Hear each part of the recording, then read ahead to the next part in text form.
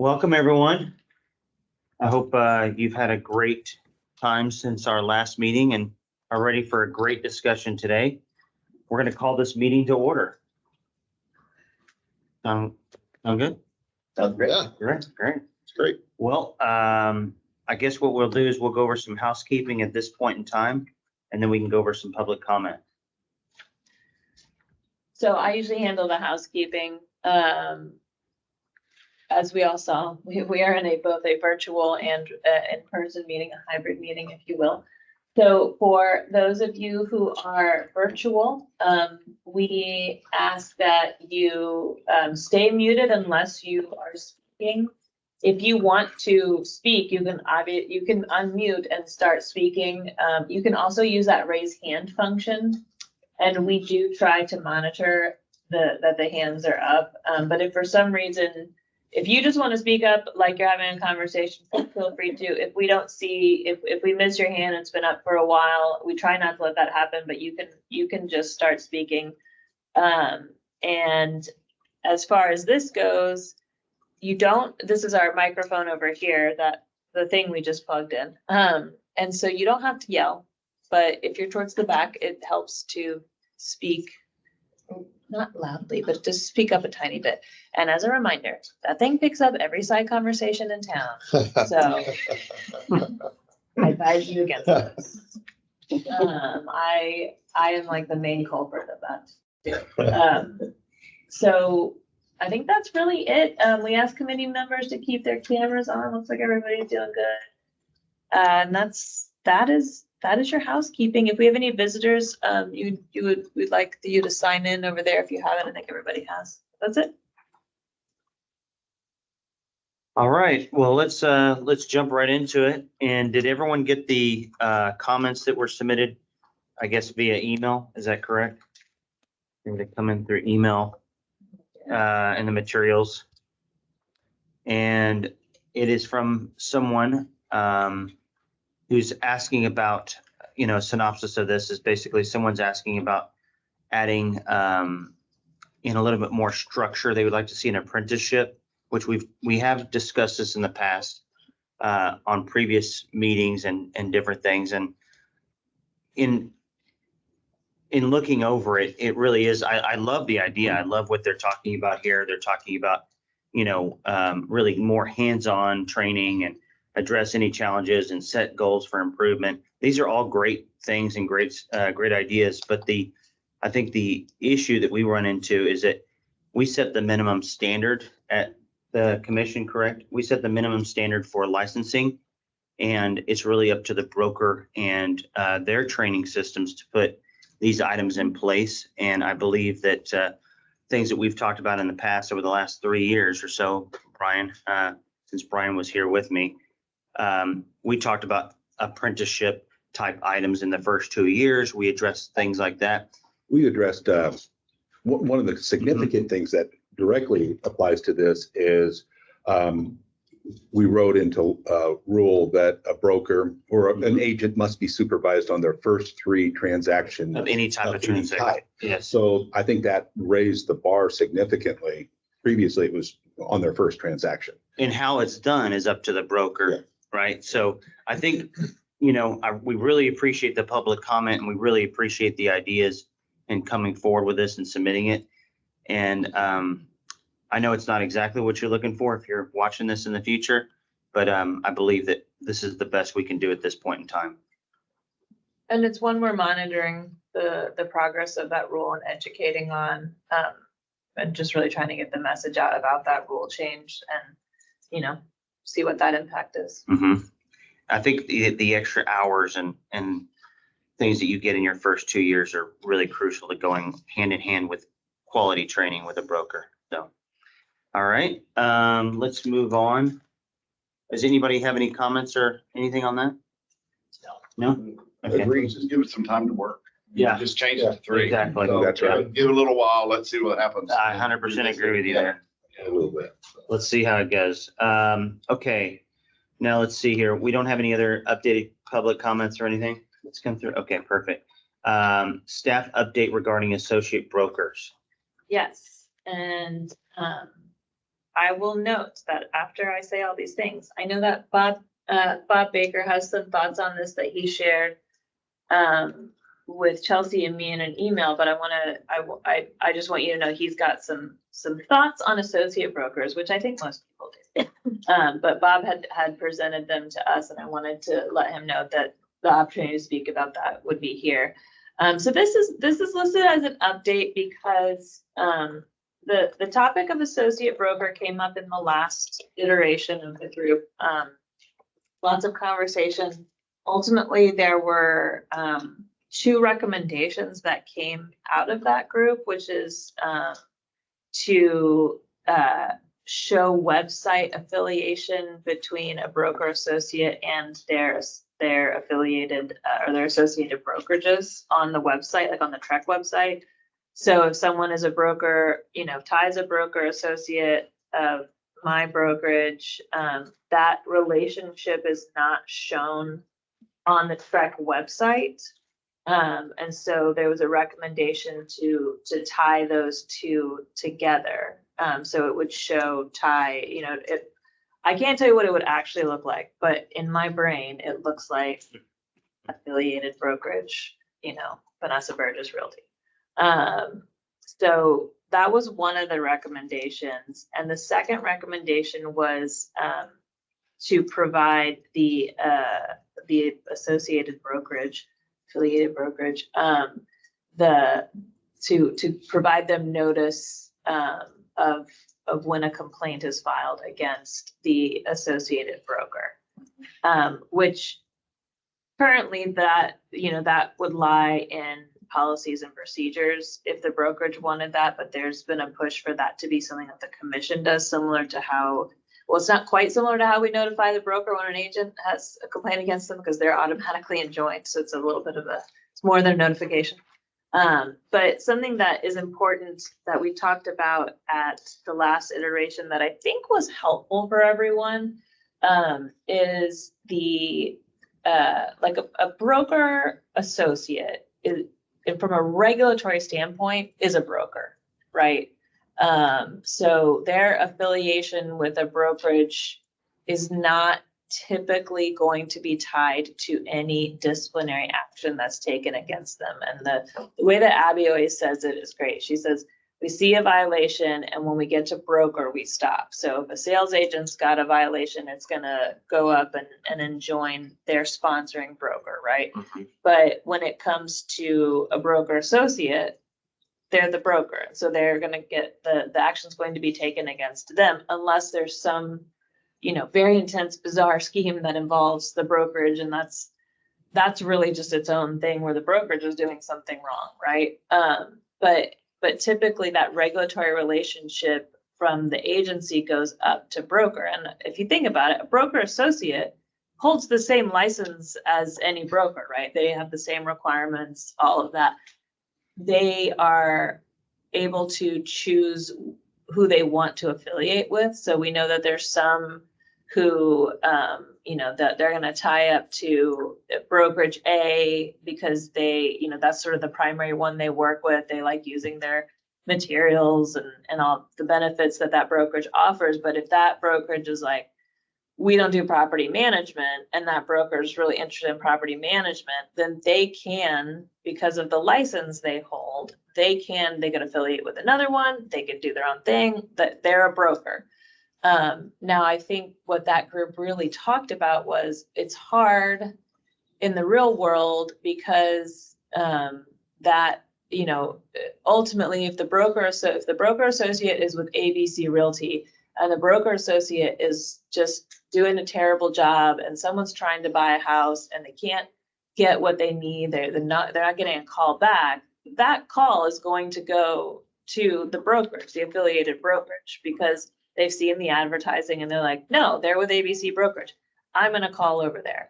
But if you've got someone who's looking them up on the website, you can't actually see from a regulatory standpoint that there's an affiliation because we don't regulate it that way. There's not that same situation between a broker and a sales agent. So I think that perspective is helpful. I'm not sure that that's something that that people have thought about in terms of the regulatory standpoint of it, but then we've been also hearing this side of, but it's really hard to tell who they're with. And for us, it's like, well, they're a broker, so we're gonna discipline them. But it sounds like the license holder who's trying to get in touch with someone, or the consumer, that maybe there's a need to show that affiliation. So those, and then the notice of complaint, somewhat similar, which is the thought of like, well, the brokerage always knows when one of its sales agents has a complaint against them, but what about someone who's affiliated with their business? They want to know what's going on. So those were the two recommendations that came out of this group after a lot of conversation. And we're always welcome to more conversation on it. But what I wanted to let you all know is that at the November workshop, when the commissioners meet, they start at the November when they took up their initiative. So every other year they take up some initiatives for the agency. You know, one of the ones that we're doing is trying to go paperless, right? To become a paperless agency, which, you know, you're never gonna be fully paperless, but that, you know, that I think is a significant move. And so they did actually pick up the two broker responsibility working group recommendations related to website affiliation and us having the authority to collect the affiliation contact information. I'm not saying it quite right, but of a broker associate, right? So we could display that on the website. And that seems like you're like, no, just put it on the website. But actually we have very specific authority when it comes to what we can collect from our license holders. So same with, you know, providing that notice of a complaint, that would be a statutory change. So both of those are statutory changes. I know it often seems like, this just seems like it's common sense. Why can't we just do this? And that's why Abby and I are here, is to say, well, this is why you can't just do this. But they've picked these up as initiatives, which means, you know, we as staff have taken this on and we're working on possible language changes for the next session. For the next legislative session. We're real early into this. I know we've got some draft language going, but it would address those two topics when it comes to broker associates. So I wanted to give you that update. And to the extent there's more you want to, if you want to talk about the update I've just given, or if you really want like a full-blown, let's really get into broker associates conversation, I think what we would do is we would put that on the next agenda. If you're like really gonna dig into it, and maybe make it a little bit more narrow. And so this is where you guys could come up with, you know what I want to talk about broker associates is, should they I'm making this up. Should they have to have additional education that talks about what it means to be an associate broker, right? I just made that up. I don't, just in my brain. I do not have an opinion. So those are the conversations this group could continue to have. I think what you would want to do if you're going to go past the recommendations of the last group is really specify what you want to see on a future agenda. And that way we can narrow that conversation. Because I think the conversation can often turn to like, if they're a problem, we're seeing it and it's a problem, but we're not able to clearly identify what the problem is once we get into the room. Right? So having an agenda item that is like, we want to talk about associate brokers and possible education requirements, possible, you know, is it a separate license type? Is it X, Y, and Z? And so I think that's that conversation. That's what you'd want on that future agenda, just so that we can narrow it and not kind of go round and round. Because you've also got those two recommendations, which has the potential to make some pretty significant changes to how the consumer sees that relationship, right? So that is my update on broker associates, and as I mentioned, I'm going to turn it over to you, Ty. But I know that Bob has some comments. I can't tell if he is able to hear me. Bob? I think he can. Yes, I did hear you. Thank you. Okay, cool. Excellent. Oh my gosh, thank you, Bob. Any thoughts, Bob? Actually, I do, and I think this very much. Those were some good points in there. Education is not one of my concerns on a broker associate. as I mentioned in the email that I sent to you and Chelsea, and I certainly defer to the experience of the group, because all of us are going to have different experiences with the whole broker associate. But and I would love to see us have it on future agenda items so we can have a more complete discussion. The areas of concern that I have as I visit with other brokers in my area about a number of different things, I admit that I was taken back a little bit when last year, when we first started talking about this on the working group, that many brokers said, "What? What do you mean?" And their thoughts about how broker associate role worked was all over the board. And part of it, I think, is because I think TREC has the opportunity and the responsibility to set some guidelines, keeping in mind that each brokerage has the opportunity to set up their own rules and do what they'd like to do. But I think we need some guidance from TREC on here's how it is, because the things that pop up, I mean, I've had several of my agents in my offices become brokers recently. And it's interesting that one of the first questions they had is says, so am I still an agent with you? Or how does this change? Or am I still in the E&O? I mean, in their mind, it's a whole different world. And yet within the brokerage, and each broker has their policy, there's no difference. It's not a different world. They act just like a sponsored agent in our office as a broker associate. And each broker is going to have their own policy. To me, the broker associate role is addressed in the independent contracts agreement and the policy procedures. But there's some interesting things that happen, as you mentioned, Vanessa, on the advertising.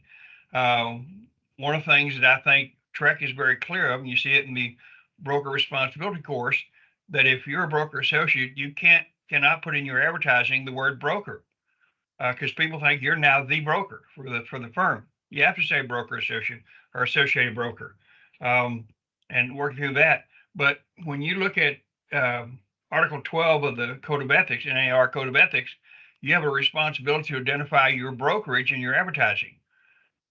Well, is that the brokerage that you're affiliated with? Because you are your broker. Can you do that in your advertising? That seems to be something that maybe we need some guidance on. But I really, welcome us having a more detailed discussion and looking at what everybody is experiencing. I know, with Marvin and Ty and some others that are up in the DFW area, this is something that we really need more guidance from TREC saying, here are the broad guidelines, and here's what this means. The entire thing of understanding that if there's a TREC complaint, it stops with that broker associate. I think we've got to really have a hard discussion on that, because as you mentioned an example, somebody's having trouble with an agent who's a broker associate, and they're going to call the broker and go through it in that part from the TREC standpoint. But there's a gap in there about how responsible that broker is. And in my opinion, and every broker's going to do this however they want to do it, I don't see I have any less or different responsibility for a broker associate in my office than I do with the sponsored agents. I think it's exactly the same. I know it's exactly the same when I talk to plaintiff attorneys. I also think it needs to be the same when I look at a TREC complaint. So I really welcome us putting that on the future agenda and having a more detailed discussion, because I think this is an area that TREC can really help us a lot in how we move forward and make some choices. So thank you very much for that. So Bob would like to see a discussion regarding possible TREC guidelines or communications, and an examination of what that role really looks like as a broker associate when it comes to regulation. Is that right, Ron? Yes, ma'am. Exactly. As a minimum, we can certainly start with that, and I think we'll find in a more in-depth discussion that will expand to the broker's role and affiliation. But yeah, I think the guidelines from TREC is a huge step forward. Bob, Yes. thanks for your comments and feedback. I'm gonna throw out there, as you were talking, I was thinking myself, supervisor IABS and teams. How does that work with a broker associate? And I think we need to add that to the discussion. Ty, I have some questions. Sure. First of all, what is the timing for this group to get things together for this legislative agenda in 2025? When does that all have to be done? Well, we try and have, I think the ideas are what, typically around August, June, summers when we start Summer's talking when we about start that. talking. Yeah, and then the draft legislation usually goes in November.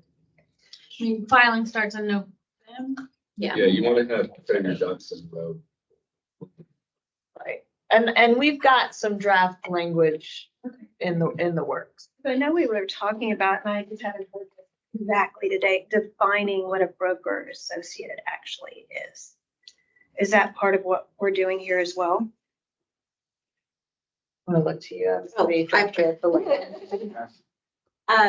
the- So we're drafting, we're in the process of drafting. I think that's going to be part of it. It's gonna have to be a little more narrow, but that's certainly something we're considering. Okay, perfect. And one other question. I know the executive committee talked about SB 510 and what could be displayed and what came of that. I don't recall seeing what came of that.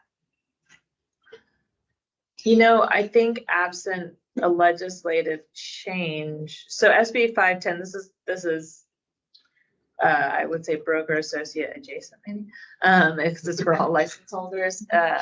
SB 510 is the bill that prohibits us from publicly releasing / posting license holder contact information.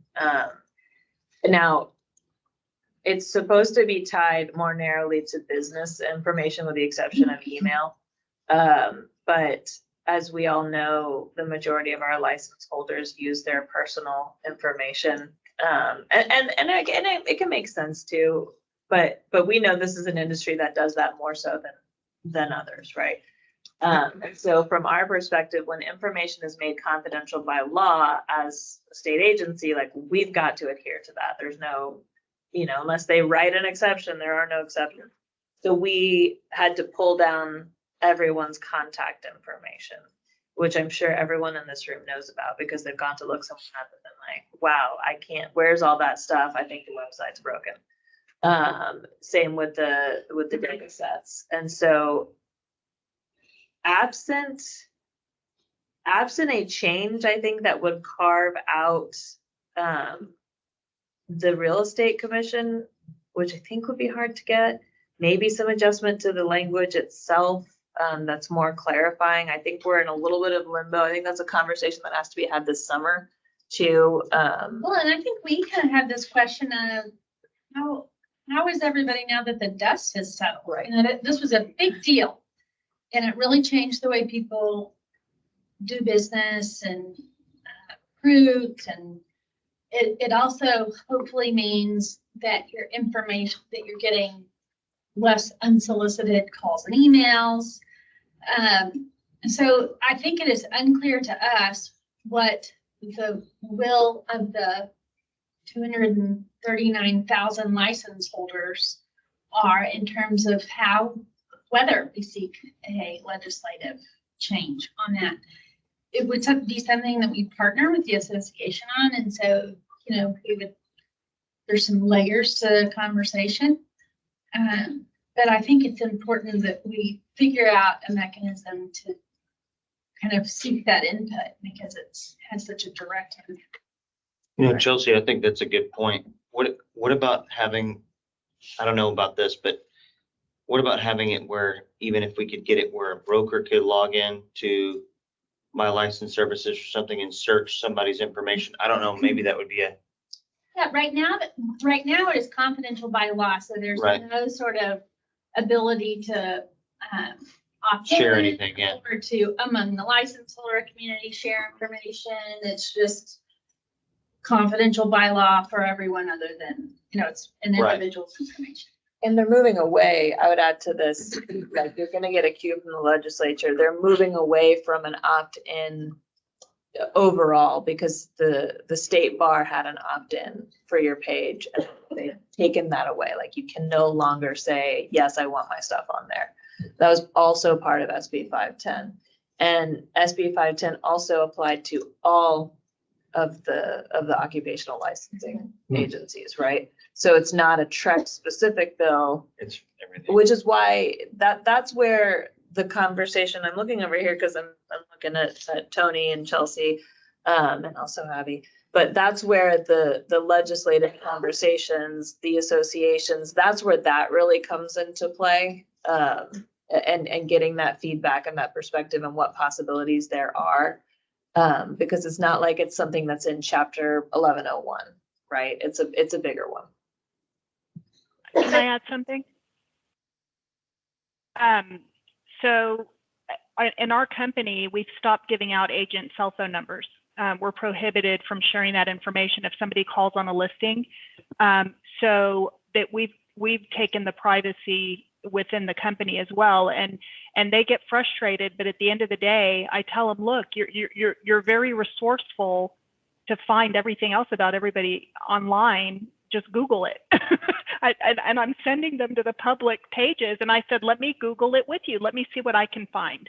And I said, and I tell them, I Googled it and I found it. So you're going to have to Google them. We now have privacy in place and agents are getting used to the fact that we're not giving out numbers anymore, and they actually like it. It's not great for us as a broker team, but they like the fact that we don't share their private information. It's kind of taken an opposite approach, about being available, but that's a whole nother conversation. Commissioner Lerner, your question is a good one though, because it sort of generates, I think there was in conversations with the chair, the question has been asked, how is everyone feeling about it? And we really haven't heard much lately. It seems like people are settling in. So if that is not the case among the larger whole, Right. Then we're going to need to figure out kind of a mechanism to see what we can do. I mean, Right. It's a much larger issue than a Trek issue. Right. And I believe that there still are a lot of questions. There's still a lot of frustration. Personally, I don't see that it's cut down on any sort of emails. It's crazier than ever right now.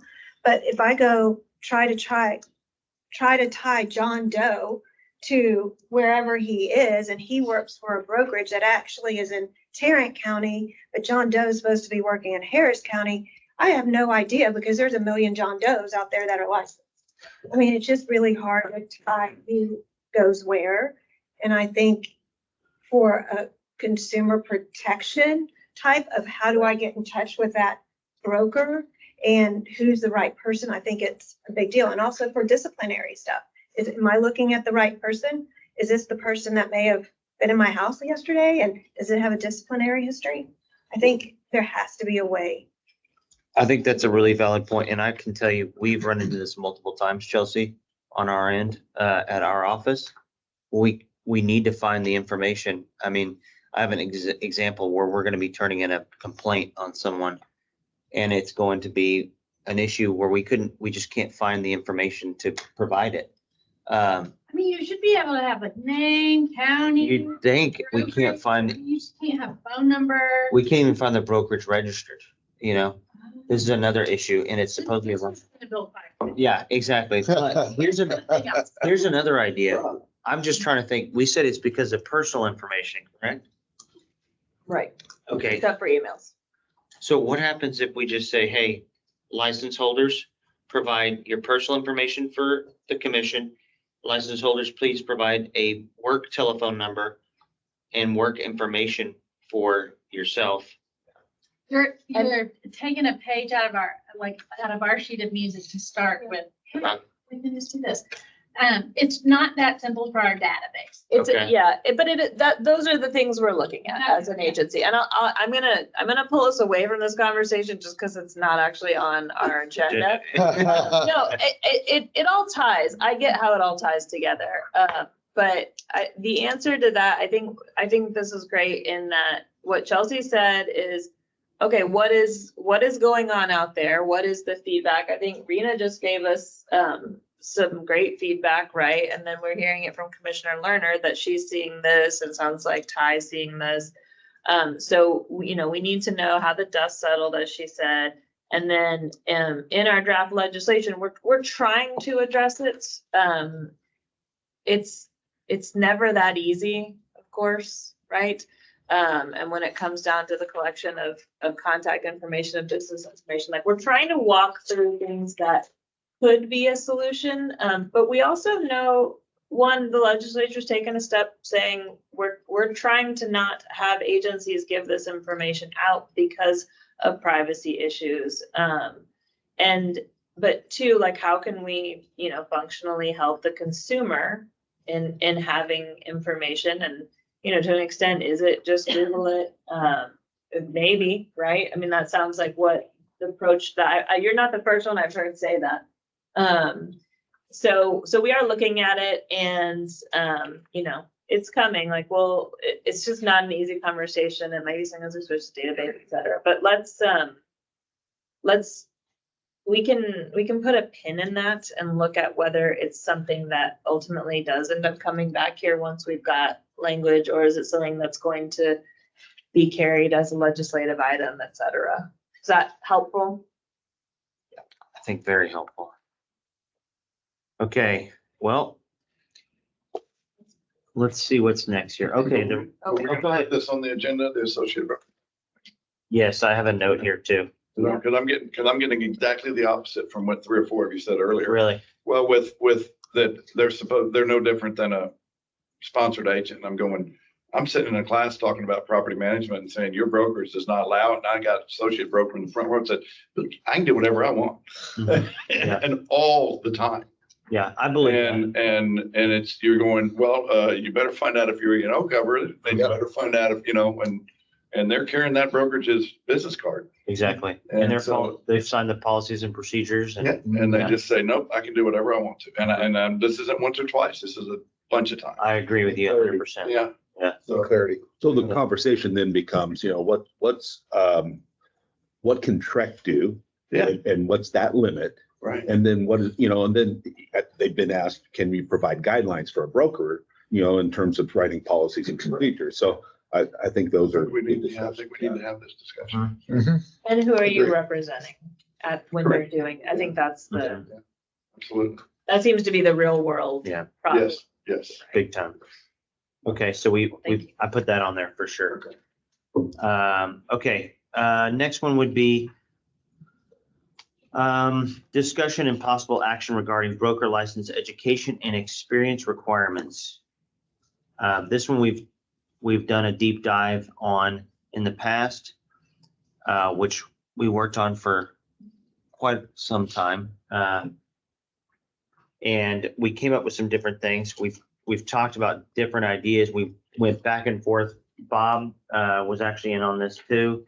So there was a number of us working on it. The discussion has come up multiple times on experience versus CE credit versus time versus all of it. In looking at it, I think we all came up with a happy medium. Vanessa, if you want to kind of talk through it. Of course, and I'm going to share the recommendation in just a second. What I would like to first do is just walk through the history of this conversation. This is actually a conversation that's been happening well before my time. But the previous iteration of the group first started tackling the experience component to obtain the broker's license, with the thought that, so right now, well, not right now, previously, the commission, well, education required for a broker's license was set in statute, right? But the commission has the ability by rule to establish what constitutes active experience. And the main discussion here was, well, okay, it seems like we know we've got a high number of education hours required for a broker's license, higher than any state, I think, pretty significantly, right? But the conversation that happened is, okay, well, there's education and there's experience. And I think everyone in this room can say, you know, where I learned the most is through experience. Yep. And I get that, right? I mean, I'll tell you, when I graduated from law school, I'm not a good lawyer. And so you're gonna get that with your first job. I mean, it's like anything, right? But we've got this really high number of education hours, which we know education is really important and great, but I think everyone is also seeing the experience component. So the thought was, how can we toggle the two, right? Is it a raise in experience? Is it a lowering in education? Is it the other way? I mean, you know, it could be whatever, but we had to put a little bit of a pause on it because the first thing that seemed the most important to do was to give the commission the ability to determine education hours by rule. So if you'll remember, there's statute and there's rule. Statute is pretty hard to change. You only get a chance every 2 years, right? Rulemaking we can do at the commission level. And it's actually pretty cool because it allows us to get a lot more stakeholder input because it goes out for public comment. And then, you know, you're going to hear back from your license holder, your consumers on what they think. It also allows us to be a little bit more nimble. So that calculation ends up being just totally off. You know, you don't have to wait for a legislative session where it may or may not be corrected. Now that said, I wouldn't be changing those requirements, you know, every 6 months. But so that's what went through the last legislative session. So the commission by statute was given the authority to determine by rule the education hours required for a broker's license. It capped it at 60, which is what it's currently at. Okay, so and I'm gonna say 60 hours, and then Jen's gonna start about classroom hours, and then there's like semester hours. I'm just gonna say 60 because that's what's in statute, but we all know it ends up being like these different numbers depending on how you're calculating the hours. But it's capped at 60, which means it's never gonna go, well, not never, but currently under law, it's not gonna go above that. Is it gonna go below that? And we already had that rulemaking ability with experience. So is experience gonna go up, education gonna go down? Are you gonna keep this here and just raise, you know, those are all the options. And that's what this group, it's one of the main things this group has been tasked with doing over the years is looking at this, because we hear a lot of feedback about, you know, people not knowing what they're doing and, or if there's too many hours of education, like why does it all of this when, you know, I've been a sales agent for however long and I've been doing this stuff, like why is the education component holding me back from getting my license? So that's the conversation here. So what I'll tell you has happened is, so we got that legislative change, so it's capped. We've got so now we can work through this via rule. I am about to put up on the screen, and we included in the materials, the statute and all of that stuff. But what I'm about to put up on the screen is the past recommendation of the most recent iteration of the broker responsibility working group. And I'll tell you this, their recommendation is actually pretty similar to what we've seen out of prior groups. So wanted to show you what that looks like, and then turn it over to Ty, open it up for discussion. We do have Jen online, Jen Wheeler, who's our Director of Education and Examinations. She's someone who can talk about all those hours and what it looks like. And, you know, oh, well, don't forget, you've got to have this class and this class and this class. We've also got Denise, who's our Director of Licensing, who can tell you all about licensing and what it means, you know, how they look at things, what does X, Y, and Z do. So they're here to provide staff support to the extent you have questions on how the process works, etc. So I'm gonna share the screen and then I'm gonna not talk. It's gonna be great. So Vanessa, what do you think about that? Yeah, exactly. Thank you. And let's see, share my window. Hold on, guys. This is like the most stressful moment where like you might share the wrong document. All right. There we are. There it is. And I will also, knowing that if you're further away in the room, it's probably harder to read. Oh, this?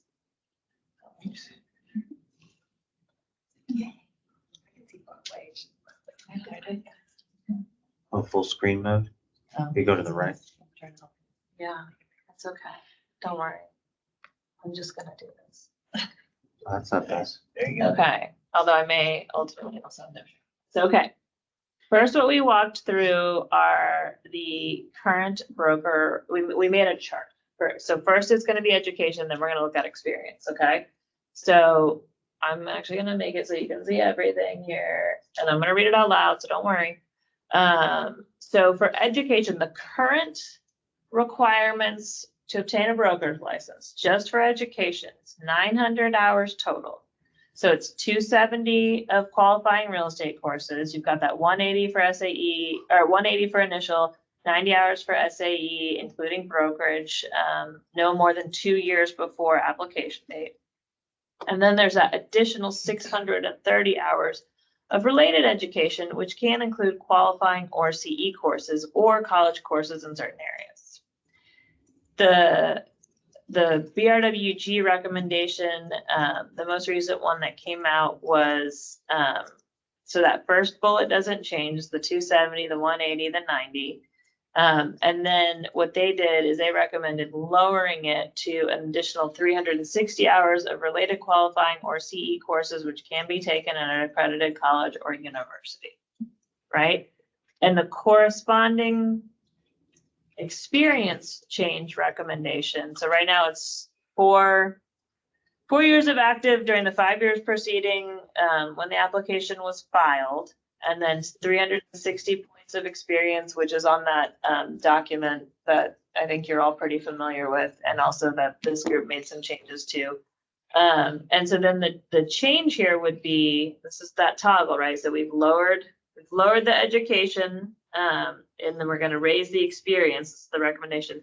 4 years of active experience in the past 5 years, that's the same, and the change would be 720 points of experience. And the thought being that maybe that addresses this thought that experience is where you really learn, and also possibly lowering education hours to the extent that, you know, is that really helping? Is that really teaching and prepping people, or are we too high? And how does that work for folks who are trying to get that license? And I know we've got people with experience on both sides of that. So that's that recommendation. I just wanted you all, I was gonna keep it up here, and I'm just gonna do it like that because you can see where the changes are in the highlights, right? A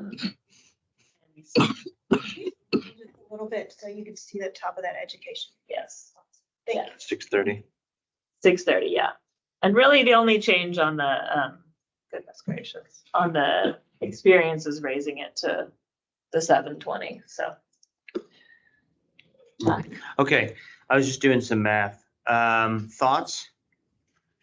I have a lot. Go ahead.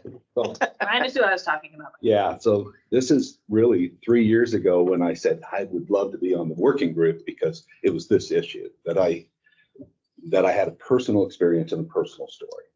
My wife has a master's degree. She's got a master's degree in nursing home administration, which she will admit to you has nothing to do with real estate. And when she went to apply for her broker's license, she was automatically credited for 600 hours. And so really all she was required in terms of real estate related education was 300 hours, her initial 270 plus an additional 30 hours.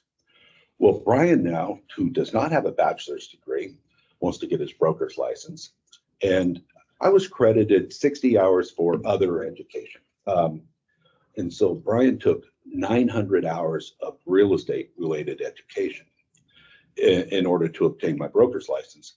And then now we both have broker's license. She did 300 hours. I did 900 hours. And I really saw a disparity and an unlevel playing field in what TREC was requiring of broker applicants. And so that was an issue that I had hoped that we could address.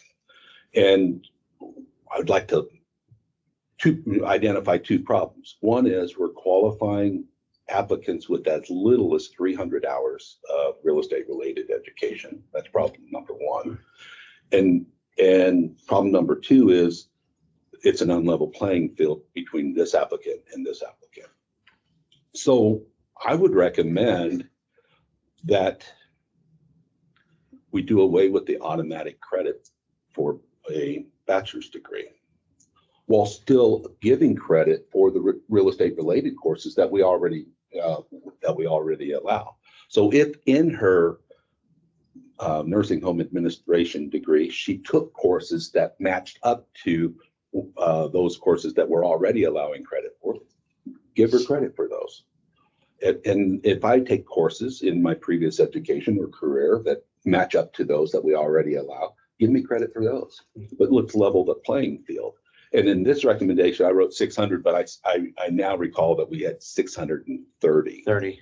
So require everybody to have 630 hours of real estate related education, whether you have a bachelor's degree or not. Give credit for that coursework and education that you accumulated over the years and in previous careers, perhaps, that match up to those real estate related courses, but level that playing field at a number like 630 hours. So it's raising the bar for some and probably making it more reasonable for others. And Brian, I think you really bring up a good point. So let's address one thing at a time. And I think we should discuss this as a group.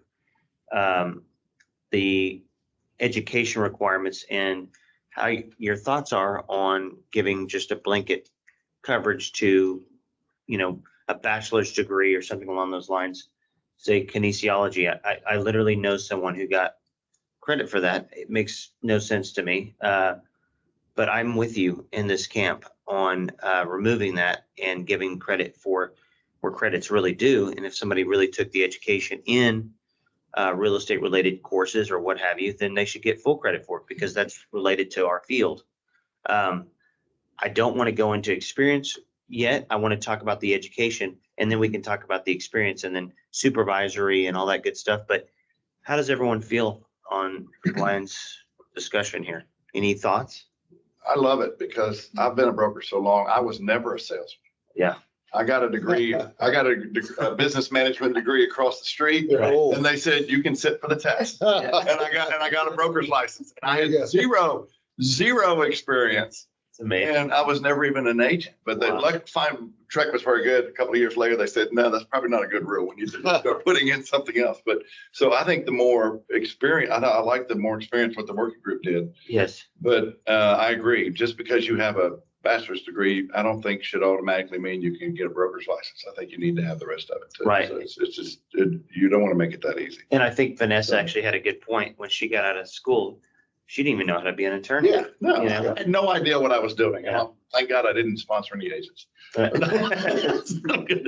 would have been a scary thought. It would have been really bad. Sam? I got a master's in accounting and almost all of it went to broker's license.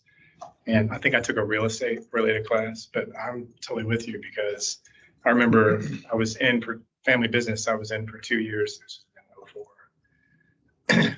And the requirements to be a broker, I mean, because of my degrees were, I think I had to take one class. Wow. And even when I got done with it, I was like, I'm pretty sure I'm glad this is a family business because I'm not. Yeah. I get it. Yeah. I mean, and I learned way So more. true. I mean, I'm assuming everybody would be the same. I learned from the CPA world and from this world, way more experience mattered way more to me than that. Putting hands on, right? Just being out there in the field, learning, doing everything that the person who sent in public comment did earlier, talked about. That's really what it's all about, is getting that experience, I believe. For example, we have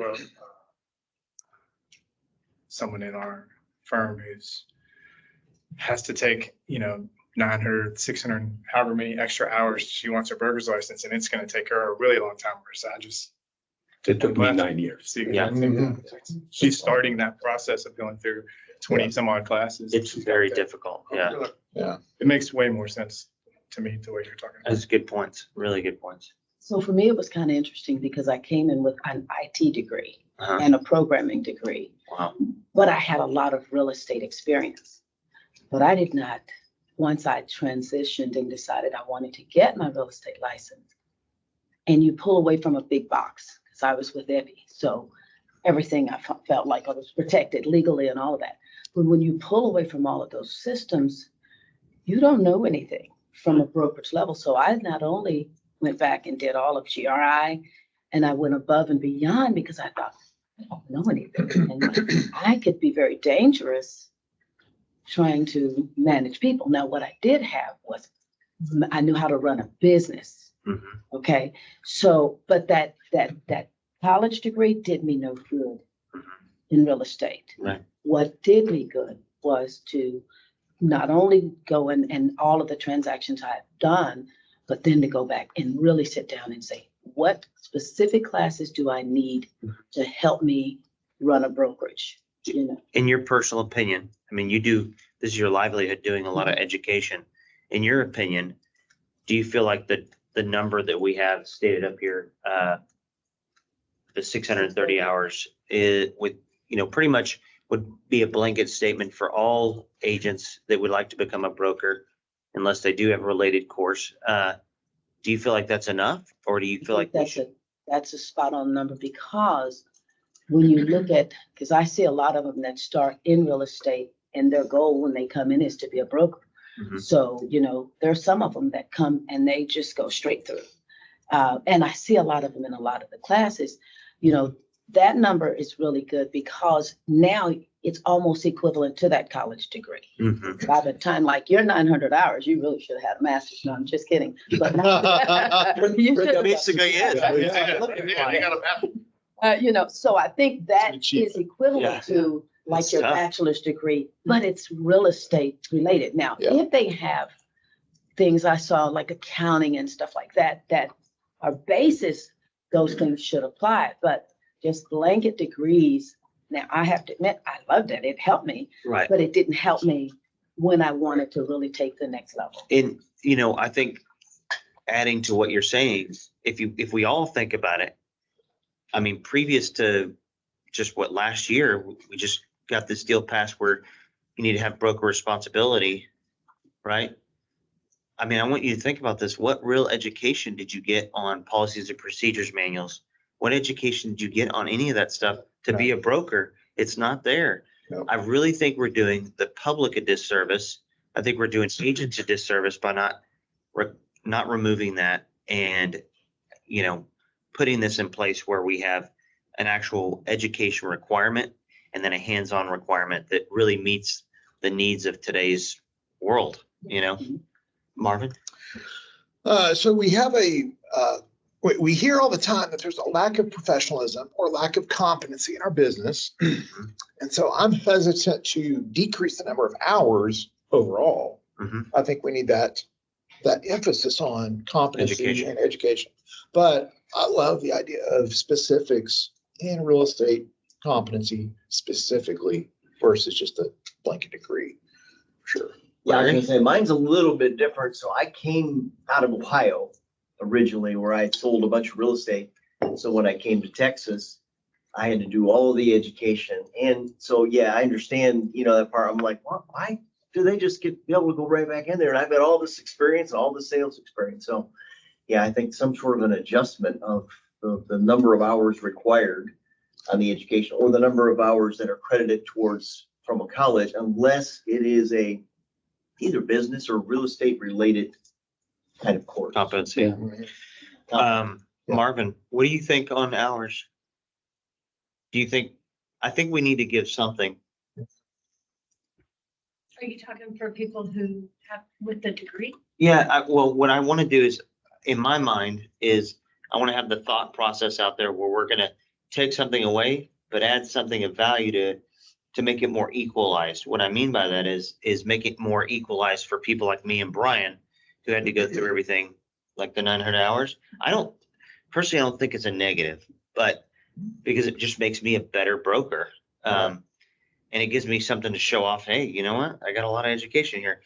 I really think it's a positive, but I do understand that we're doing this to have a life and to have a livelihood, and we want to make it fair So if we're going to remove the ability to use any type of college degree, maybe we compromise and we come down a little bit on the hours. And I think that's where we came up with this number when we all discussed it prior. But I'm open to have y'all's thoughts on, do we do 700 hours? If you want to make it a round number instead of something weird, I mean. Why 360? Just curious. Do what now? Why? That's 270 You plus just the, cut it. I think so it's what you would already have, right? The 270. And then I think the 360 calculation, Dan, correct me if I'm wrong, it comes into like the number of hours that those courses are taught in, right? So normally you get 30 hours. 3 is. I think it's over 100, but then it was like, no, it actually needs to be 630. That's 12 Right, Jen? classes. Yeah, exactly. Gotcha. Yeah. Yeah, so, I mean, I'm with you, Marvin, on this too. I think that that's a really valid point. Because we're keeping competency hopefully higher with more education. So if we all agree on removing the blanket statement on college degrees, I think that's our first step, except for real estate related. Do we want to leave the number the same as what it is here? Or do we want to up it and go say 700? We remove 200 and we say, hey, we think this is a very valid and fair number. You got Ashley. Oh, go ahead. Ashley. Well, so I want to clarify, I think I've heard two different things as I've been listening and in regards to the college hours. If it's in like accounting or marketing or something that does directly apply to real estate, I would like to see that count, because that individual that went to college did go and they did pass their classes and they did invest that time and energy. So I'm in favor of it as long as there's specific classes that we identify that directly correlate. I personally don't want to increase the hours any higher than what they are. And I personally believe that there's a misnomer between the fact that somebody took a class and that they have knowledge. The real knowledge, I think, comes from the application of it, which several of you have said as well. Agreed. And we haven't even looked at experience yet, but right. Thought process on the top of our heads is if we reduce it from 900 to 700 or to 630, it's a compromise, right? And I do agree with you on counting the courses that really do apply to real estate. That makes perfect sense. and for those currently, for those broker applicants who do have other education, you can get credit for those real estate related courses, and it's outlined on the TREC website what that coursework is. Mm-hmm. And it goes into accounting, advertising, investment law, marketing, business management. So we already allow for somebody to apply for and get credit for that previous education. Yeah. I don't think that should go away. No. So I totally agree Good. with you. Yes. Great. Yes. Thank you. So I feel like we're all on the same page. It's just the number now at this point. Well, and so can I chime in? Go Just ahead. for 1 second? You don't have to decide today, right? You can come up with a draft rec, think through it, because a lot of times after you leave, you're like, wait a second, what about X, Y, and Z? So this is a big, this is a big impact on the industry. So, and you guys are having the right conversations. I just, you probably are going to want to digest it and then come back at the next meeting. Can I ask one question, Vanessa? Yes. From what I heard y'all say, and I could have just heard it wrong, it kind of sounds like what you're thinking about would actually make it harder for the college graduate to get the license. And I think we need to be For very some. careful about. So that's what For the some. other point I was going to make, and Chelsea's right. So something that we need to think about, and this is one of those times where I'm going to be the, downer in the room, et cetera. I don't have an opinion. I see all the points that are being made. We currently do allow that college degree to count. And so by taking that away, one, it's going to have to go through that regulatory compliance division that I talked about, the governor's office. And I do think it could be seen as you are increasing barriers to entry for a population that we were trying to look at the numbers of how long we've accepted that college degree. Do you remember what we got to? 13 years. It's been 13 years that's been something that has gone through. So I only state that to tell you the potential hurdles you might face with this, and I don't have an opinion either way. I think the good news is we're not going to remove it. We're just going to modify it. Yeah, that's right. But the modification means a college degree doesn't count. It means part of your college degree. If it's a related study. And that's correct. That's currently in the rules. So you kind of got two components here when we talk about college courses. You've got components where if you take a college course and it's in certain categories, which are actually listed in the rule right now, that can count.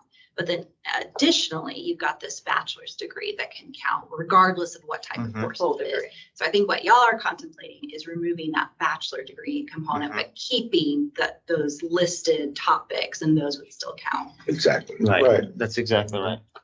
Just a quick question, because I was wondering about the barrier. Interesting, but if we, thought about the language to where if you have a real estate degree, which is very likely, that real estate degree, or it may be a degree that's in a real estate related field, that degree can count. If you do not have a real estate related degree and you have core competencies or curriculums that fit in some of these categories, those hours count. Yes. Otherwise, you need to take this amount of hours to create competency or, kind of the equivalent of education. Because there we just came from the Netherlands and you had to have a real estate degree to do real estate. But they would also take real estate related. So I think if we make it very specific about the type of degree so that we don't get, a lot of us that did well in our field, but it just has nothing to do with real estate, then it eliminates the barrier issue because we're still allowing the degree. I see that look. What? Well, like the chair of our commission right now has a criminal justice degree.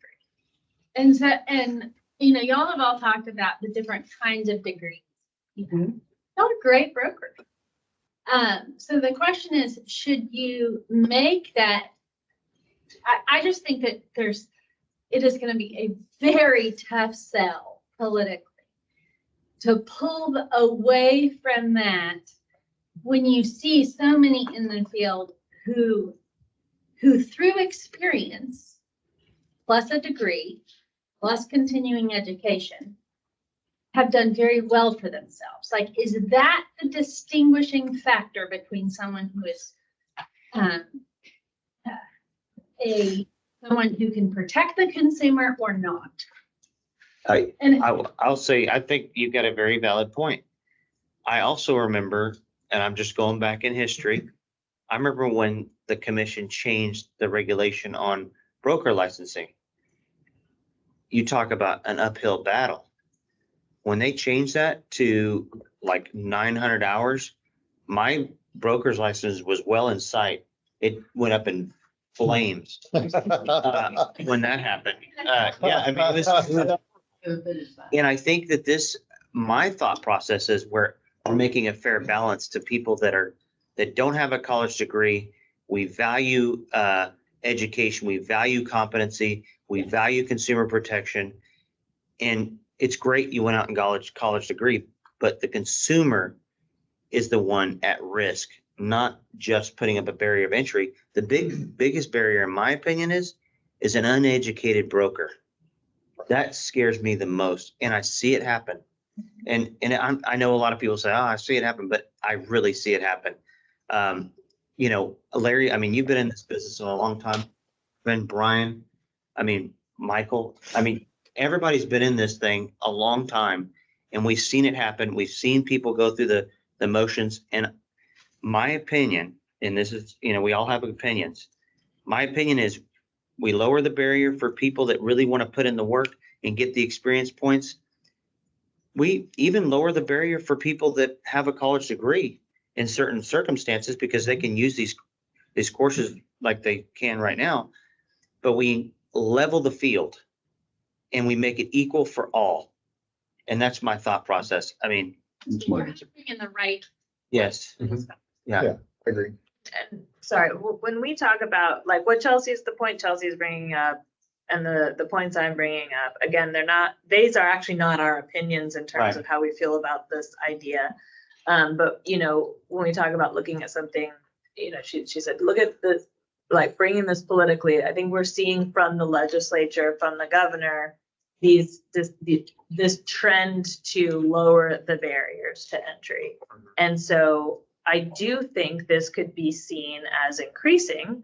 Now, you all are all making counterpoints as to why it's actually leveling, as to why it's more in line with the profession. And those are the conversations we would have with regulatory compliance, right? So we need to have these conversations when we send something over to regulatory compliance, or if there, you know, is ever a legislative change, et cetera, that we know why we're making that ask, even with that direction, because I mean, we're also the state agency that regulates, right? So in the best position to know what works, but we also know that we'll be taking the calls or corresponding back and forth, and we've got to have the reasoning why, and that's where these conversations fit in. Vanessa, really good points though.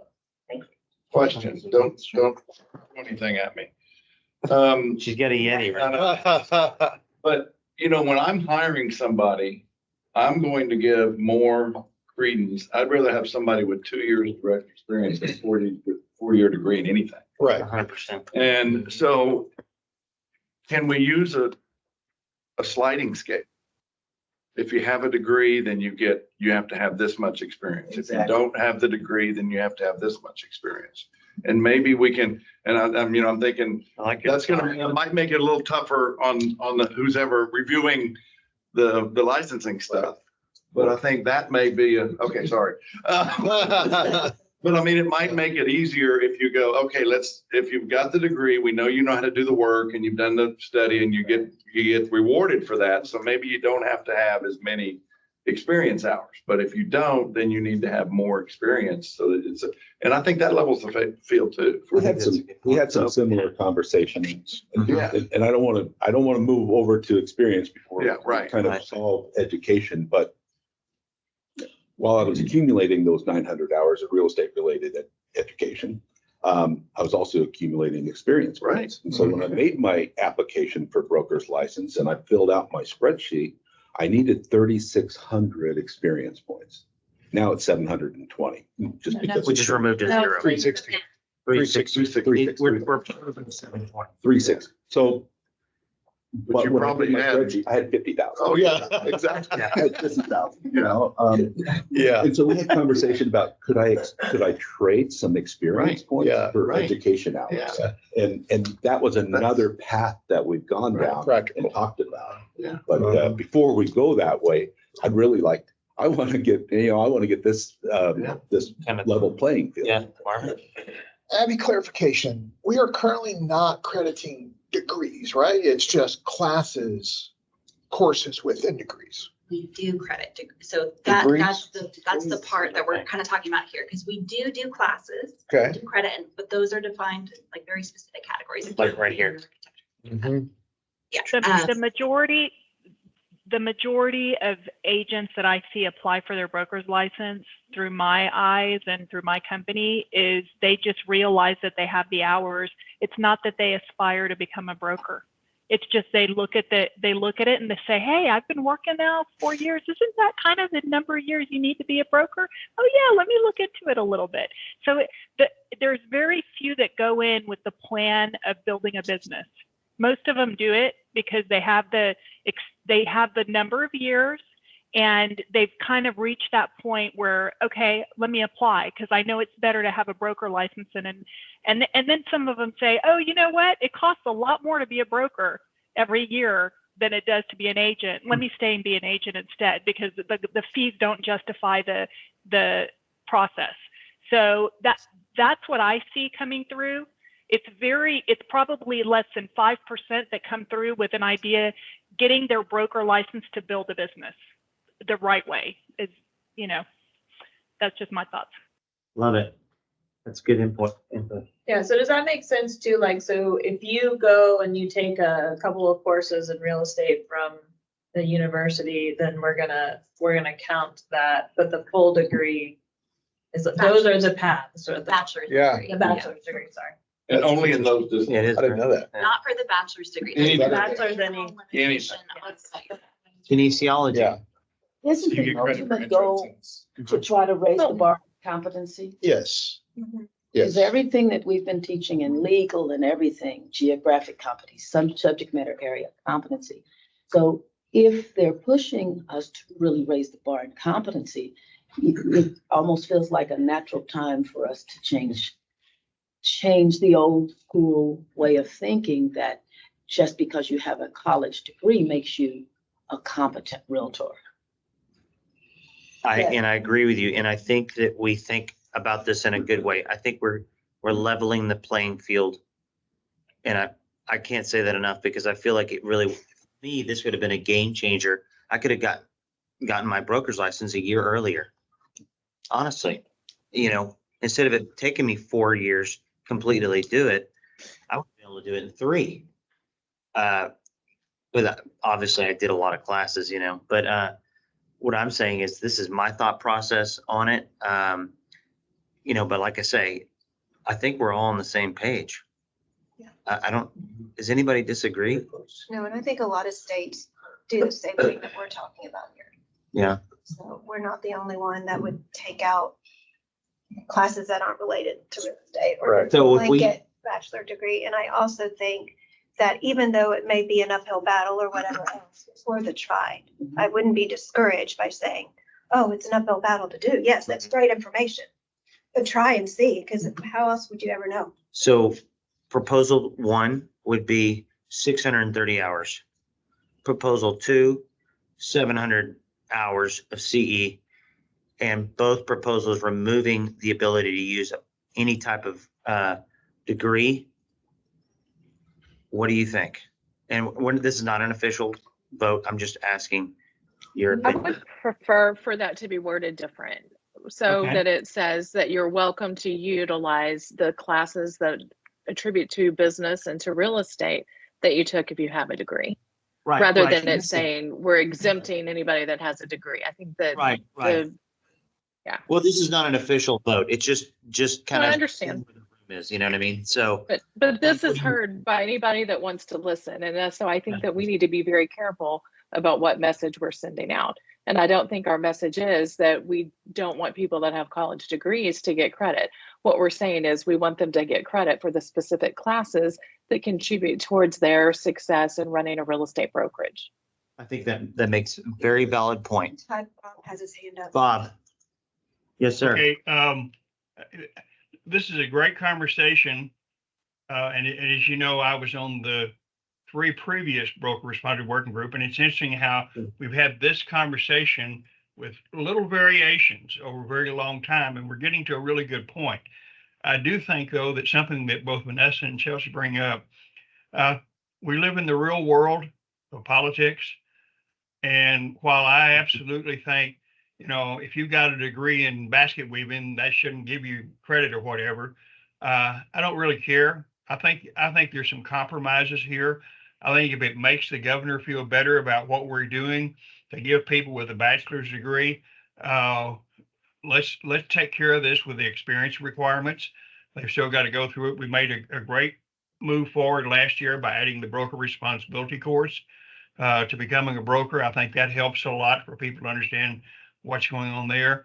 But while the education part of this, and while many of us instructors and involved in education is the least important part, and if we have to give up some of the stuff in the education, like you got a bachelor's degree, you get a bunch of this kind of thing, to make the rest of what we want to do palatable to the powers that be, I think we take a serious look at that, make some compromises. If we can get what we really need, and in my mind, that's the experience side of this, then I think we've made some real progress. And that's just my thought there.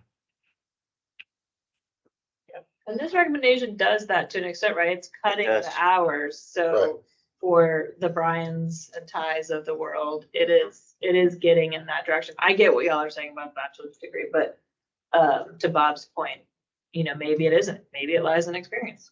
Mhm. Well, I think that's a separate conversation, you know, and I think the There- experience points need to be addressed and worked on. I think we did good work on that in the working group and actually did raise the bar and create a path for managers only We did. to accrue enough experience points in order to get a broker's degree or broker's Broker's license, because they weren't able to. in the Yeah, past. very helpful. I think that's fair as well, because you're learning so much. We've talked about this before. You're learning so much by helping others, and I don't think you should be penalized for that. But you do need a combination of. I do believe you got to have some transactions, because you don't know what the real world's like if you don't managing people. I think you still need to have some transactions built into this. At least that's my thought process. It may not be many, but you need to have something. All your points at one type of transaction. And yeah, you can. You don't have to be very. You can get all your points in any one of those tracks. So residential buyer's agent, residential listing agent, property manager. A little dangerous for somebody that wants to be a broker.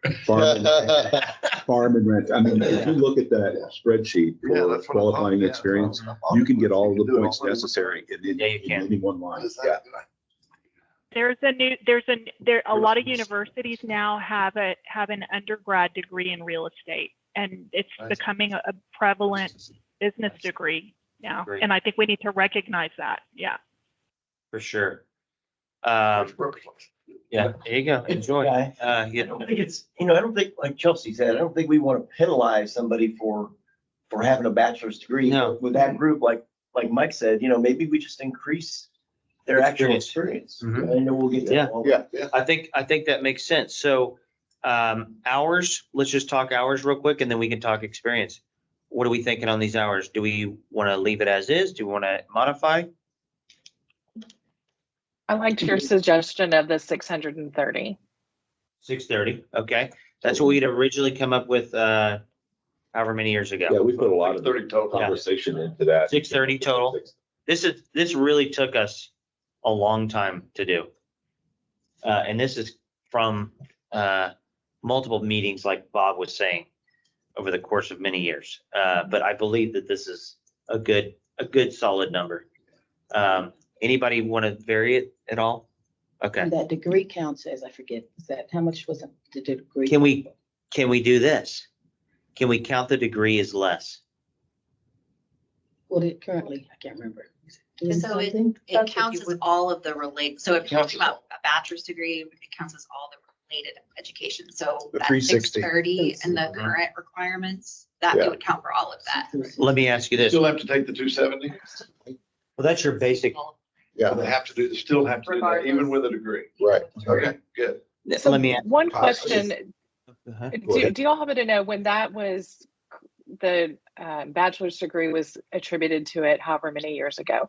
Was that because when you get a bachelor's degree, you do have to have general education and everything? And so they may have counted English, or they may have counted a math or a statistics class. I mean, do we think that there was a correlation to that, or do we think it was just all underground basket weaving, which is a great example? I had a business management degree. I just sent my transcripts in and they said you could sit. So I don't know, back then, I don't know what the rule was Mhm. on how much, but it was real estate, real estate business related, so mine count. When did you get your 80. 80? Yeah. I keep trying to get Yeah. trainers in my record and they said, we only go back to 90, we don't go back to floor. Yeah. Even with the Yeah. basket weaving degree, you still have to have core Mhm. curriculum. Yes, you do. Your Yeah. accounting, and Right. your math. Yeah, that was that. So And we would continue to give credit for that. And so let me And I ask, think reducing the automatic credit for. that's what I was saying. Is that an even? And I think that avoids or that leveling of the playing field. Uh-huh. We don't get it level. Mhm. I think, I really like the idea of let's give credit for real estate related education. Right. Yeah, I And agree. For everybody, whether you have a degree or not. If you've taken these courses through your degree program or through CE, and you accumulate this many hours, you qualify. Exactly. Would you, so I think I'd like to know a definition of real estate related education. On the TREC website, and when you go in to apply for your broker license, you can see what the requirements are. And there's a really good outline of what those real estate related coursework is. I've got it summarized into 7 or 8 or 10 bullet points, but it includes accounting and advertising, investments, law, architecture, business, construction, finance, management, marketing, and real estate. And then all sorts of different courses underneath those general categories. Very extensive. It's a very extensive list. Yeah. That is, thank you. Sure. Now, Brian, so let's go back to that point. Addressing the overall blanket, like we were talking about, not just the individual classes, the blanket credit for the degree. What's your thought on that? Eliminate it. Okay. All right. So your thought is to eliminate it? Some dissension, I think. And Marvin? Well, I would be, so in theory, I think it'd be great to eliminate it, but in reality, I don't know that it's really possible. Mm-hmm. However, what if we were to look at expanding those categories and maybe adding some other course areas that would include more people that would apply? For example, maybe it is an English class. Maybe it is something that can relate and should and will help and would also offset the downside of eliminating the degree. Maybe there's a we add a couple other things in there and then we say, okay, we're going to eliminate the overall degree thing, but we've added a couple of categories here to count. I think that's a very good thought process. What do y'all think? It's a good one. I think if you remove the need for a degree, I'm just thinking now out loud, that encourages people with, I know that lowers the barrier to entry, but that lowers the integrity of our industry. I think if we remove and don't recognize somebody with a college degree, that to me says we let even plumbers come and apply. We let anybody apply for a license. Now it's easier. You don't even have to have a college degree. I'm just thinking this is how it's going to be viewed by the public. But we're raising the competency side. Right. Yeah. And the experience side. So like a plumber cannot do, to be a master plumber, you have to do certain things as well as apprenticeship. So which is a lot more extensive requirement than we are. So it actually is raising the bar because it's now saying you actually have to know what you're doing before you become a broker. All right.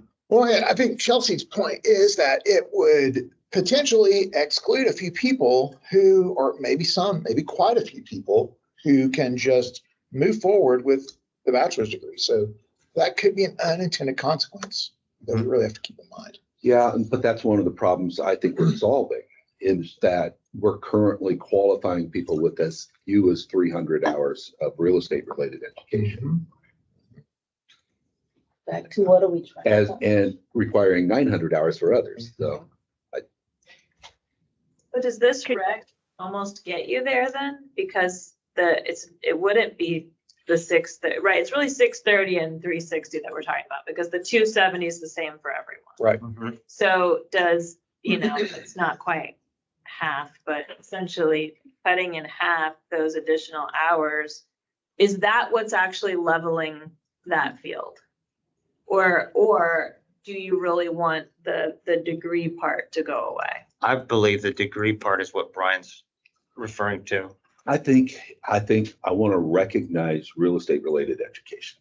And we already do that for a Brian. But for the degreed person, it's a non sequitur. It doesn't matter. And so I think it should matter. I think if they've got a degree and it includes finance and marketing and law and that sort of construction, they should get credit for that coursework. And it should accrue towards that same level of requirement that is required of me. if we keep it at the 360, bring up the experience and, keep the degree, would that accomplish the same thing? It doesn't level the playing field. Maybe a video of explanation on the adjustment, like, I like where we're going with the discussion. Maybe having a video explaining the intent behind it so that people understand, just like, the rule with LLCs. I think it was fabulous that we had a video that we could share with our agents that explained why, what we're doing, how you do it. And, maybe that will help. And just supporting our industry, letting them know that we're keeping up with the times on how people are doing business, how education now is not as important as getting experience. So maybe that would help solve it. I just remember when we were trying to increase the number of hours for The contracts, right? And I remember, we went back and forth for a long time on ESAC about we should raise these hours. And I remember having to go in the absence of legal counsel in front of the commission. And I've never been so speechless in all of my days, because in our room, we thought what we were doing was better. We were really creating and increasing that competency level, but they didn't see it that way. They saw it as a barrier, period. Now, what the compromise is that you can add the contracts and you can do all of those things, but you can't change the hours because it's truly creating a barrier. So I think we really need a couple of options that don't get shot down, because I remember that very clearly, and we worked long and hard for it, and it seemed like the right thing to do, but man, they truly saw it as a barrier. Okay, so let's table this for a minute as far as the hours and things. Let's go to experience. I think we've kind of beat it down. Let's think on it, and then let's talk about experience. And right now, currently, the number was changed. If you all remember, it was 3,600 points. Now it's 360. We just removed a 0 to make it easier. Does that make sense? Yeah. Yeah, seems a lot easier to calculate. So in this proposal here, we're talking about taking that 360 points, doubling it, and getting you some real world experience to put towards your broker's license and get you really prepared for the real world. I don't see anything wrong with it, but that's my opinion. Love it. It's great. Yes, sir. My only concern, is it going to stay that you can get it all in one field? It's a discussion. We never discussed that. That's a very good point. If you're going to be a broker, you're going to have, even if your brokerage only does one thing, you're going to have people doing under you. And now we've increased the fact that you've got to have a mentor for the first three of any type of transaction. Any type of transaction. Yes. Well, if that broker has only done one discipline, how are they going to sponsor agents because they don't know anything about the other? They need to be mentored too. So I'm thinking if we go that high on the experience points, maybe you be their mentor. Yeah, really. But if you're going to go that high on the experience, maybe you don't let one discipline count for all 720. I like your thought process. Because they need to be a little more rounded. Makes perfect sense to me. So rounded, like as in the type of field? Yeah, just different types of points. Not all of your 720 are in just one of the available. I mean, there's all kinds of different ways to get points. Right. And you don't want every bit of it in just one thing. I leased 9,000 houses. Sure, I know how to run a brokerage. Can I ask Chelsea real quick?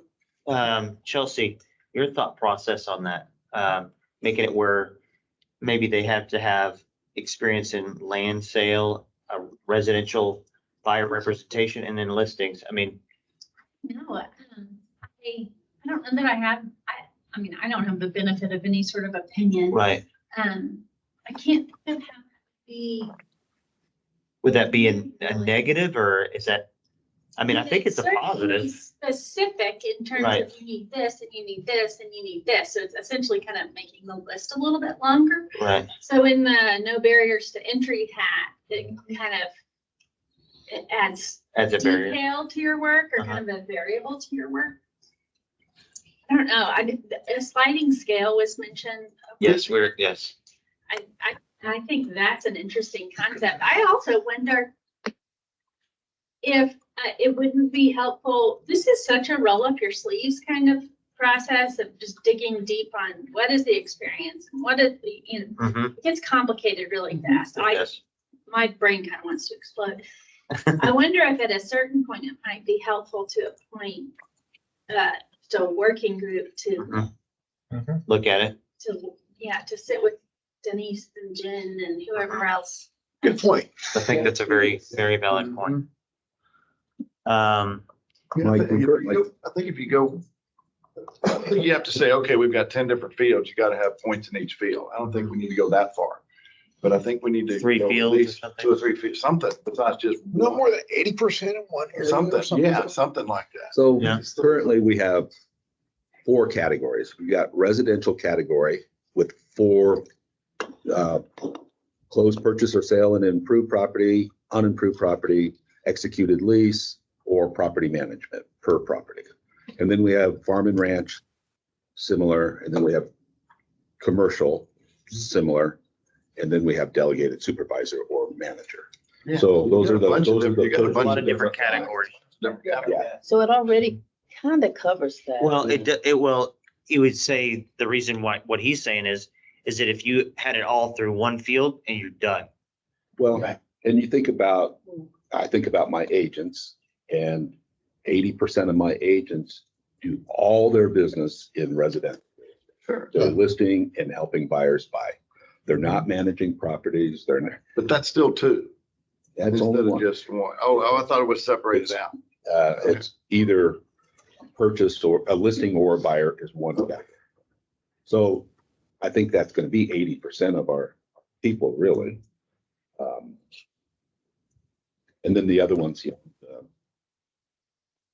don't know, 4% would probably, go up and down and all over the board.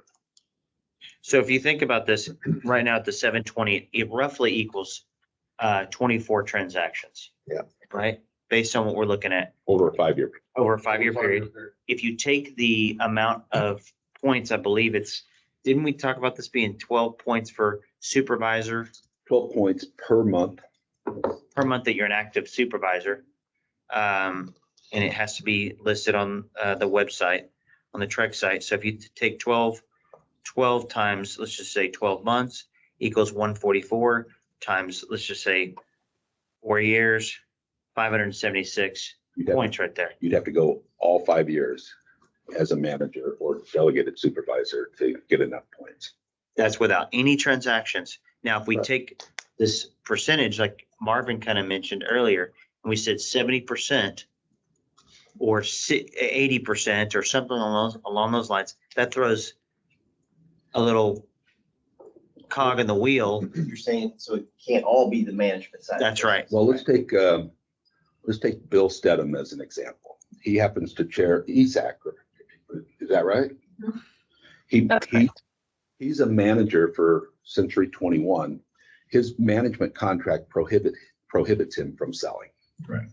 So if we said, okay, you can't get all your points in just management, you have to have a transaction, we disqualify him. Mm-hmm. And he's managing hundreds of agents. Is he a broker currently? No. No? No. Thought process? See, I think our company policy and procedures, some people only allow residential.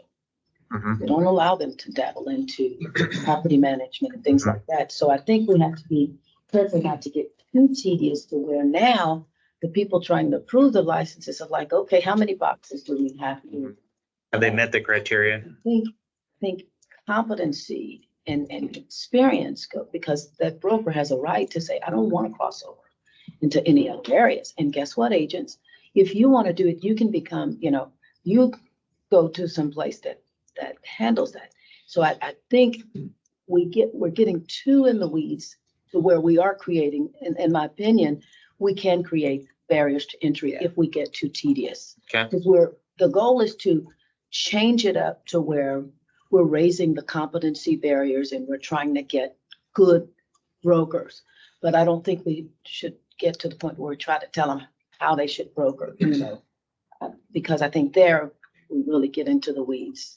I get it. Makes perfect sense. This is a great discussion. And I'm going to quote Bob Baker and say, we don't always get everything perfect, Right. but if we make good progress, then that's a success. I'm happy with 720 in general, overall, with no stipulations. And I'm happy with leaving the back to education. Yeah. Pause. Happy leaving the degree in there. If we get that 720 on the experience. Okay. I think that's Marvin, fair. I'm not gonna be happy. Yeah. I mean, I think it's a fair discussion, and I think it's a fair It's a healthy discussion that we've had. thought process.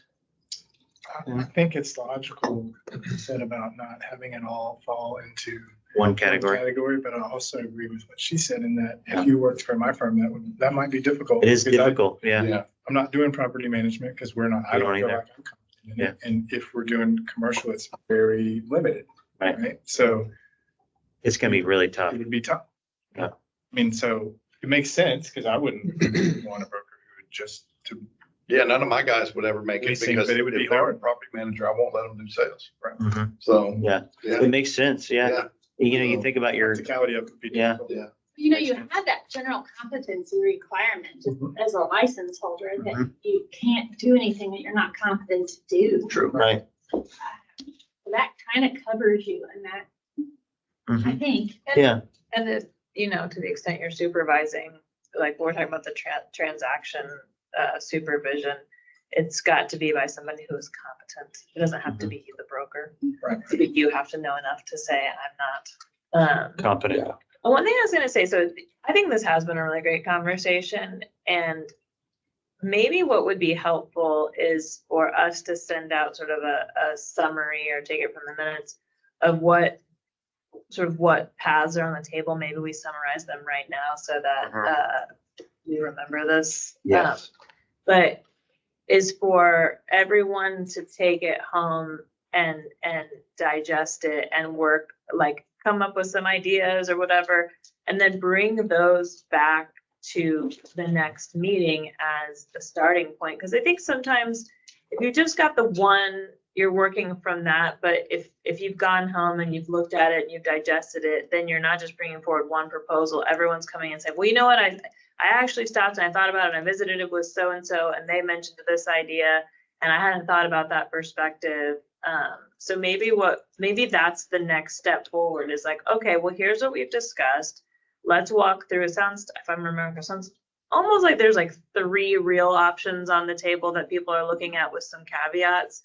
And then like really work through that, think about it, do the research, think about people, I thought that Bill Stedham example was a great example.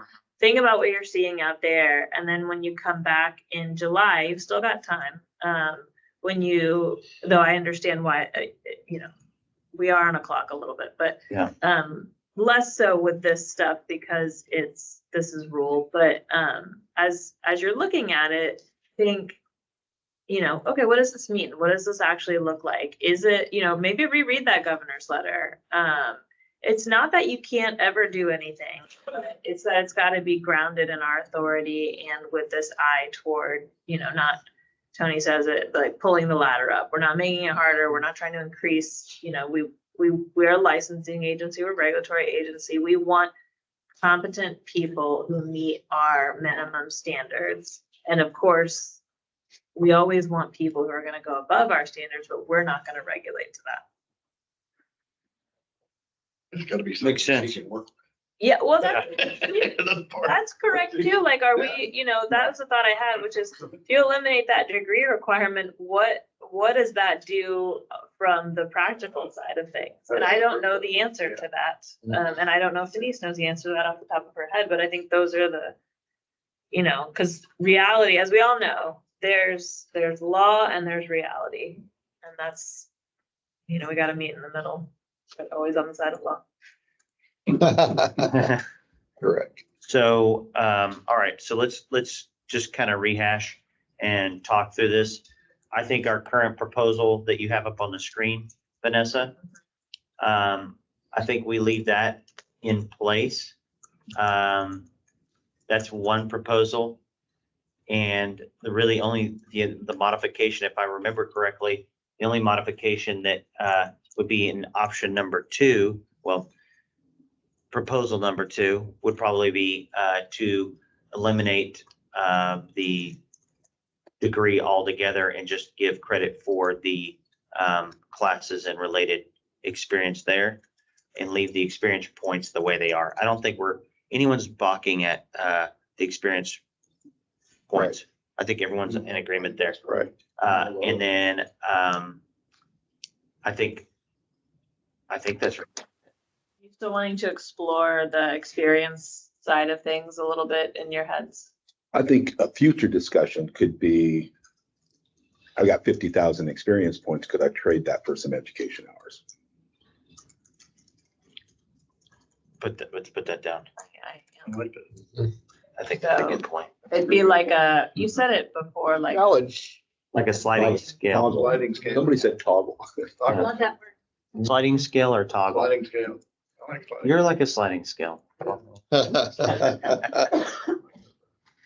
so an Toggle is exchange, either on or off. Yeah. Sliding scale. There you go. exchange of education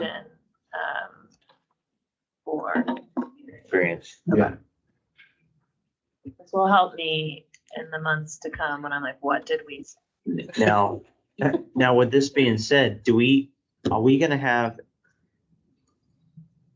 time to get this done? Rule. Okay, so no problem. You're good on this. Yeah. All right, on this. I also heard a couple, I think it was Marianne and maybe Marvin talk about, maybe like a category of one of those where, you're getting rid of the bachelor's degree, but you're adding more topics to the current course list. Or I think Marianne, you said, or the degree, you keep the degree, but it's in Real estate. a field that's related to real estate. Okay. In related field. Dropping the degree part would be legislative versus rule. That's rule. That's rule. Oh, that is rule too? Okay. So keep the. That's- degree, but that's just what Make it real estate related. Triggered last year with the legislative change when it came out of Right. out of law and into rulemaking. That's really what's allowing us to have the conversation. The degree, like the bachelor degree component, the acceptance of that is in rule. I think your hurdle there is that it's been a rule for a really long time. Right. So, Hey, Vanessa, can I say one thing? Don't fire me if this is. I cannot wait. The Broker Lawyer Committee just recently, they're in the midst of some pretty monumental changes, potential changes. And they are seeking, just based on the recap of their last meeting, they're seeking kind of an informal comment, just, hey, what do you think? Give us your feedback on the direction we're headed. So one thing that Summer has offered to do is kind of a similar thing here, where you have a few directions you could go. You're recapping them now. Summer will wrap that all up in a bundle that she puts on the website, and we can ask for some informal comments just to kind of test the waters. Sure. I think it's a great idea. Yeah. I also want you to know just how monumental I think it is that y'all are working on this. Before this became an advisory committee, it was a working group, right? And was there 2 working groups before it? I want to say there I were. believe there were. So 3 total, all of which, so every iteration of this group has recommended the change that we received out of the legislature last session. So this has been such a long time coming. Because it was not the right time to seek legislative change. I think it was sunset, it's COVID, it's all these things. And we finally got it last session. So the work that you're doing in this brainstorming is the culmination of the dreams of a lot of people, Yeah. really. And it's one of the comments we get most regularly. How am I supposed to get my manager to get a broker's license if? and we point to this expectation in the work that you're starting. So I just want you to know that this is big and it's exciting. You don't have to get it just right, good is better than nothing. Right. But this is a good day. Awesome. Yeah, no, cool. Thank you. Good. Very much, John. The Florida summer survey. You are. I volunteer them regularly. I love it. I love it. Okay, that sounds like a good plan. His Yes, ma'am. recommendation of doing everything that you're doing and keeping the degree? Because I know you. In doing them, just like, Keeping.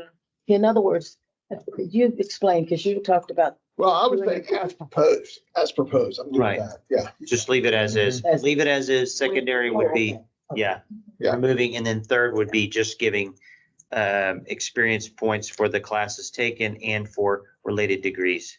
I got it. Yeah, I know what you're. that's the third one. I got you. Okay, and that sounds great. Love it. All right. To be continued. To be continued.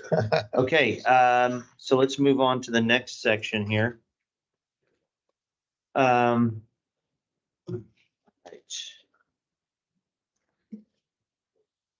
Oh, yeah. Okay, overall requirements related to active and inactive license status. If you'll notice, in your attachments,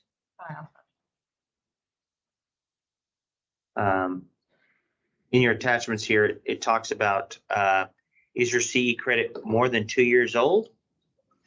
Well, does everyone understand how this works right now? Or do you not understand how it works, how this, Yeah, sorry, I mean, that'd probably be the best way to. that's what we were kind of thinking. So we went back and listened to parts of the meeting and there was a conversation, or it was an agenda item, like possible agenda item, and you said put it on this one, to talk about inactive or being inactive and going back to active. What are the requirements? Should people be given credit for that time that they're inactive? What about education? They could just come back any day and they're not, so, and do we need further discussion about active and inactive? Now, I'll tell you, a lot of that is dictated by statute. But what we thought might be helpful, because this is exactly the point you're going to, Ty, is like, what if Denise does a walkthrough of what it actually looks like? And we included that CE article because though it's pointing more towards those folks right now who are finding themselves in a situation where they're like, wait, I gotta take more CE because I left my broker before I severed that relationship before I started the new relationship. But the concepts are the same, and it's anytime you're going from inactive back to active. So Denise, who is the, director of licensing and all things licensing, thought maybe it would be really helpful to give an overview of what that looks like, and that might steer where future conversations could go as a result. Does that make sense? Makes perfect sense. All right. Thanks, Vanessa. Yeah. Thanks, Denise. Yeah, of course. So I'm Denise Sample, the Director of Licensing, for the record. And, what Vanessa said earlier, that a lot of this is driven by statute. And so what that means on the, the real world licensing application is that those parameters are in place, right? Just from day one with our system. Sales agents and brokers make up the largest chunk of our license holder population. So as much as we can automate as it relates to those licenses, they have all the bells and whistles, so to speak, from a system standpoint. So there is, an automatic, you can't go forward with that online sponsorship transaction if your license is inactive and you have not completed CE. And so in October of last year, we simplified that even more, and put us more in line with the language in the statute that there's an automatic, for any transaction, that's what we call them on our back end of the system, a request for an active license. I want to change brokers, all of those online self-service transactions. And I know transactions mean something different to license holders. So I'm going to think of a different word to make that less confusing. But all of those requests that happen on the back end or on the online facing system, there are calculations going on in the background to look just from today's date and going back 2 years. Do you have the 18 hours of CE, legal update 1, legal update 2, 3 hours of contracts related coursework? If you're flagged as a supervisor, or if you sponsored someone for a day, do you also have broker responsibility? And the transaction, yeah, the sales agent can go online and send 20 requests for sponsorship. Not a single one of them is going to go through if those education requirements have not been satisfied. This is totally separate and apart from what you were required to do with your last renewal. You deferred and you paid for that additional time to stay active and take your CE. That is all separate and apart from what we're looking at when someone is going from inactive status to active status. So with that being said, I think there was an excellent explanation. SAE, I had this question recently. Yeah. Yeah. SAE cannot be deferred. It cannot be waived. It can't be put off. The logic, not to get too into the IT nerdy part here, and probably an IT person might be like, you're actually not describing it right. But from that perspective, there are rules in place to identify someone who's never renewed before, or is renewing for the first time, or just renewed for the first time, and what hours are being looked at for someone who is subject to the additional qualifying hours. So for a good example, let's say Vanessa is a brand new agent. She's been with our firm for a year and a half, and she says, you know what, I'm going to go ahead and change firms. I want to change over. She terminates sponsorship and then goes to activate a new sponsorship. What happens? Within the her first 2-year renewal. Yeah, because she just got licensed in the last 2 years, the rule isn't going to look for those 18 hours. Okay. It's going to appreciate that she is still in that initial license term. Makes sense. Perfect. So she does not have to complete that additional 90 hours prior to going back active? Right, to flop back and forth. Correct. Now 2 years later, now she's in CE. And she goes, her renewal date is April 1st. She goes in active today and she wants to go active again. Is the system automatically looking back to her renewal date of April 1 or looking back 2 years? 2 years. Prior to the date of a request for an active license. So she doesn't have When to. she renewed. So to go back active, she doesn't have to complete those 18 hours of CE that's required in this brand new license period, because she's getting credit for what she did in her previous license period. Does that make sense? Say that again. Okay, so license periods every 2 years. And my education requirement is 18 hours of CE. And so let's say my license date is April 1. And so I've just entered my new period and I've got 18 hours of education I need to take within this 18-hour period. I go inactive on April 22, 23. Is the system looking back those 23 days to see if I've completed my 18 hours, or is it looking back 2 years? It's 2 years. 2 years. That's the language in the statute. Okay. So it's looking back 2 years. So if you were a go-getter and you took the CE not long after you renewed the last time, and so now it's been more than 2 years, you might have to take CE again, even though you just renewed. The upside, the way we've been describing it to anyone who asks about this, the upside is that now you're taking another 18 hours. That's going to count for your next renewal because you're already in this new term. So it really is kind of moving where we drew the line in the sand. Right. Essentially, because the feedback we got initially was, so I'm losing those hours. They're outside of the 2-year window, so we cannot count them today for you to go back to active. However, you told me you're already signing up while we're on the phone. They're registering for classes. Those are going to count for the future renewal. Sure. And so that seemed to kind of help with the understanding. So this is different from the way I understood it when the article came out, because the way I understood it was that if I went inactive during this license period, my 2-year period, before I came back active, I had to complete all the requirements for this current license period. And what you're saying is, no, As long as I did it within the last 2 years, I can come back active. Yeah, we're just looking back 2 years. Is that true? Let's say I went inactive for 10 years. What do I have to do to go back to active? 18 hours at sea. The full lot. And there's nothing additional, right? Correct. Yeah, Doesn't we, matter if it was 1 day or 365 days. right. I knew those answers. Any questions on this? As far as this goes? How do you feel, how does, Vanessa brings up a secondary question. How do you feel about somebody being inactive for 10 years and taking 18 hours to go back to work? That just scared the heck out of me when she said that. I mean, how many laws have changed? I was going. As long as they were working on their basket weaving degree. You had no legal Good to one, go. legal two, They're you good had no. Contract change. No contract.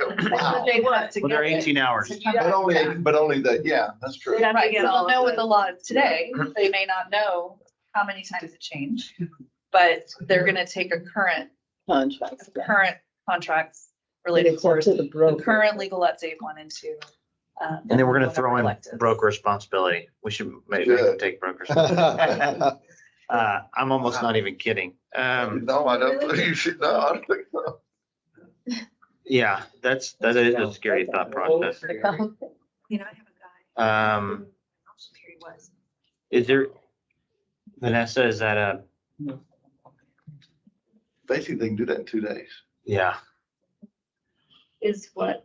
I don't know. I'm not trying to throw something new in there, but I'm not. I am a little, that does 10 years. That was a good one. I based it off of something you said in the last meeting. Yeah. So It's that's just- why you like it's- it so yeah, much. I do like it. 10 years is a scary thought. That's scary. Well, but now, as a reminder, an inactive license doesn't allow you to practice Right. real estate. Right. So That's what worries me. Yeah, there's no experience, there's no nothing. But they're coming back after 10 years. Still need to be competent. And now they just. Right. If a plea filed against you, we're not gonna take any difference. We're gonna expect that you're Yeah, competent. Yeah. So, I mean. And you we know, see that situations where someone could be a manager in a brokerage, getting a lot of experience, but they're required to be inactive because of certain business reasons. And then they decide to go back live. I mean, that person could get potentially like, I have to do more, even though I've been in the business for that long. In their situations. Right. Myself as an attorney, I could be inactive for years and years. I just have to do the C to go back. Right. But waiting Gives them an until expectation that you're. So a good broker is yourself gonna as put a them right back in professional, business. Right. lose. waiting Maybe. until there's a complaint, then you've already Yeah. harmed the consumer. Well, it's about having good policy and procedures in your office for these agents, because that's where if you have them really well defined, then you cover your bases for this point. I mean, I'm even afraid if they haven't been doing real estate, even while they're active, their competency level is not there. If they have not done a transaction in a year or two, then technically that's even a risk. So that I still think that may be a little bit of a loophole and eventually needs to be looked at. 'Cause that's frightening. So Legislature. yeah, I was gonna say, to the extent that's a conversation this group wants to have, which is, of course, throw it around, that would ultimately tie back to some legislative changes. Would that put the competency though piece back onto the broker? Like, so my policy, maybe you've been on a business for 10 years. Yes, it's 18 hours. And I'm also going to require that you complete this, this, this, and this. And follow me around for 6 months. Follow me around. Because what we do is we set the at least this, right? The minimum The minimum standard. standard. And that does not, but that doesn't mean it's the best practice. The best practice would be to equip people who have been out in more significant ways. And when we That's say some of the minimum road stuff. standards, we're saying like to hold this license for us as an agency to have given you the license, you needed to meet these requirements. It's not that there's like, oh my gosh, this is so easy. This is like no requirements. It's there's still that competency requirement. You still had to do all of the things, right? So, I think what Chelsea says is right. Like there's best practices and there's minimum standards, but minimum standards is not nothing. All right. How often does this happen? People come back after 10 years. Yeah. I don't have stats on that. We can look into I'm just maybe curious. getting No, that, no, but, How many inactive licenses do you have right now? Do you know? that is Something else. published on the report.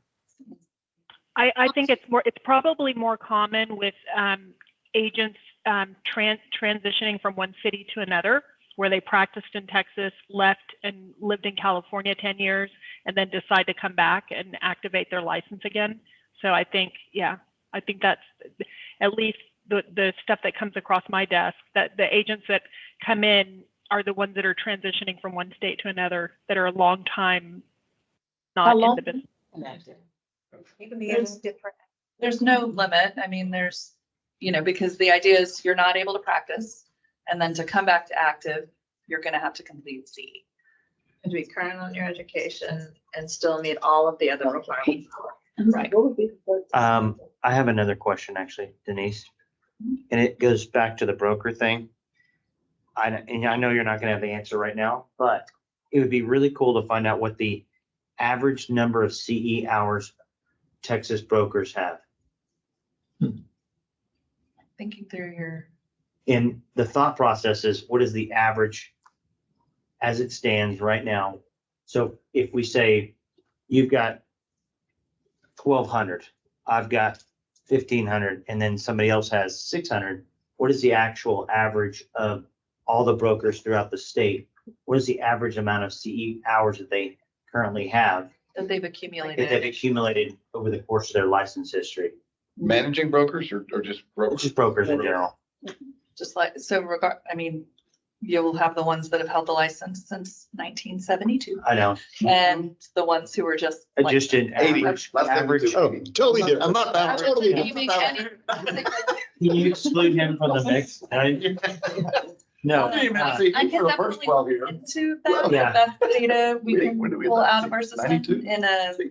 in like a useful way. Yeah. It doesn't have to be like crazy, just an overall average, just saying, hey, here's the average of all the brokers in Texas, what their average CE amount is. And maybe you can give the top and the bottom. Would that be crazy? Well, I think, yeah, let me see Okay. if. I don't want to throw out data- something crazy, but I'm thinking if we're adjusting hours and things like this, it would give us a good idea. Are a lot of these people putting in a lot of extra hours? What is the average? I mean, if most of them are at an average of 700 hours that are brokers right now, maybe we can just go on based on the average that it is. Oh, do you mean when they, CE, it's okay.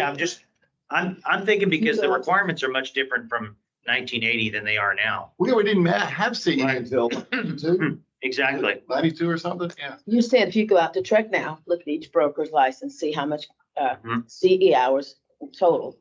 Divide that. There's got to be some type of report that shows, like, the top person is like 2,000 hours, the bottom person is 900 so, or 500 or but whatever. over the course of a license, so Yes, if, Not just until they got their brokers. just practicing brokers, we can see what we can. not do. inactive ones, just practicing ones. Just throwing it out. You'll be interested. I think it'll be. I think it'll be interesting to see. So a lot of people take strictly the bare minimum unless they. I think it'll be interesting to show what the average amount of hours that a broker has in Texas. And if our 900 is still not even the average. But that's comparing apples to oranges, because over the course of someone's license. Yeah. You have a lot of people who've been in practice for 40 years. Yes, It's it's one of okay. the benefits of your, To get to that Mhm. much. right. Yes. That's true. Yeah, Brian. all over. Yeah, I'm a Years, you don't get 900. credit for I that. did a 900 too. Yeah. I think it'll be interesting to show based on, are we asking crazy amount here or does this seem to be the average? I think it's a good selling point, honestly, as well. The bottom broker is at 500 hours or whatever. And then the top broker is at 2,100. than the average Don't is. like for wanting us to look for, you want over the course of the license, because that's gonna be different than what it Yes. takes to get. No, only the, over the course of a license. Okay. But isn't Yeah. somebody who's had the license for 20 years gonna really skew your data from the person? I mean, and the person who's I had it don't for 1 year? necessarily think so, actually. Based on what I've researched on my own, I don't believe it will actually. Okay. Because based on, I believe that a lot of folks do the bare minimum, is what I believe. And the requirement changed on brokers. What was it, 13 years ago? It changed 13 years ago. We could say in the last 13 years since the change. I'm trying to calculate based on, if we're saying 900 hours, is the need to be a broker, and you're adding, and we're taking into fact that before, most brokers had 200 and, well, what was it, like 320 hours or something like that before? I can't remember the exact, or 290, something to get your broker's license before that point, and you just needed 2 years versus 4 years. What I want to see is, are we just blown out of the park? Is this such a hard thing to get to, or are most brokers doing it already? It looks like Bob has it. Go ahead, Bob. Okay, it's an interesting thought, Ty. And I think to Chelsea's point, it's not just apples and oranges, it's apples and oranges and fried chicken. And we're bringing a lot of things together here. And I think for this to have any real relevance to what we're talking about otherwise, you need to have a time frame. You can't go any further back than when we start having the experience and the education requirements. And so if you look at that timeline, you might be looking at some average numbers, but I think if you go over the whole life of it, because many of us, I mean, like I started with no experience, no education requirements, nothing back in 1967. So the numbers for me over that time frame won't mean anything. But if you go back to when we first started having the requirement and look, which may be 13 years ago, 12 years ago, 10, then maybe you've got some numbers that work for some averages that might relate to some of the requirements. But I think you can't open it up because then you've got numbers that frankly won't mean anything. I think that's a valid point, Bob. So let's just go ahead and say the 13 years, basically when we put this in action, the 900 hours. What do you think, Denise?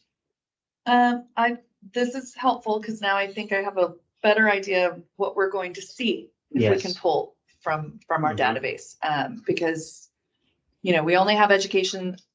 You brought this point up earlier, our records only go back so far, but narrowing that might be helpful, but let me see what you see. what we can find out. I think it'd be interesting. Because it's not something I can extract or export. And so, I'll have to kind of get the IT experts to see if that is data they can pull from our system. I think it'd be telling, is what I think.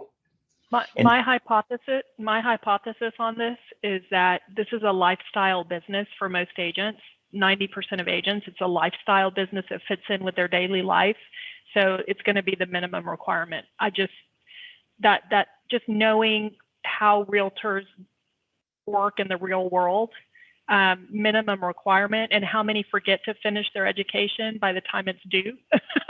They do the minimum. And I can tell you that I read a lot. I do a lot of reading. I am super educated, master's degree, but when it comes to renewing my broker license, I do the absolute minimum. And I am a very well-versed, well-rounded individual. I would be curious to know how many of your CE hours were accomplished in the last 30 days of your licensing period. That's a more relevant question. All 24 hours. Yeah, all of it right there in the last 30 days. No, I think it'd be interesting. She's right, 100%. Yeah. I wanted to make another comment in relation to the conversation at the last meeting about future topics.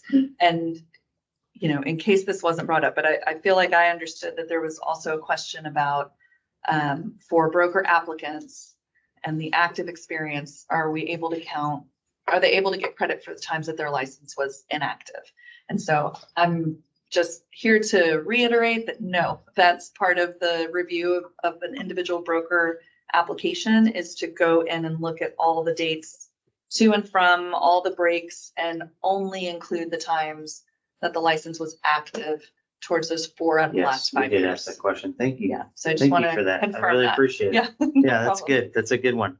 Thanks, Denise. And I know that this is extra, but I really appreciate it. Well, and I'm not promising anything. I'm gonna Yeah. ask if that's info we can Do get. what you can do. Do what you can do. Yeah, we will sort that. I think that's any other discussion or possible agenda items for the future that we want to add? We've got education experience discussion to continue. We're gonna look at the inactive, active data. We'll keep it a generic, more associate broker conversation. Same agenda.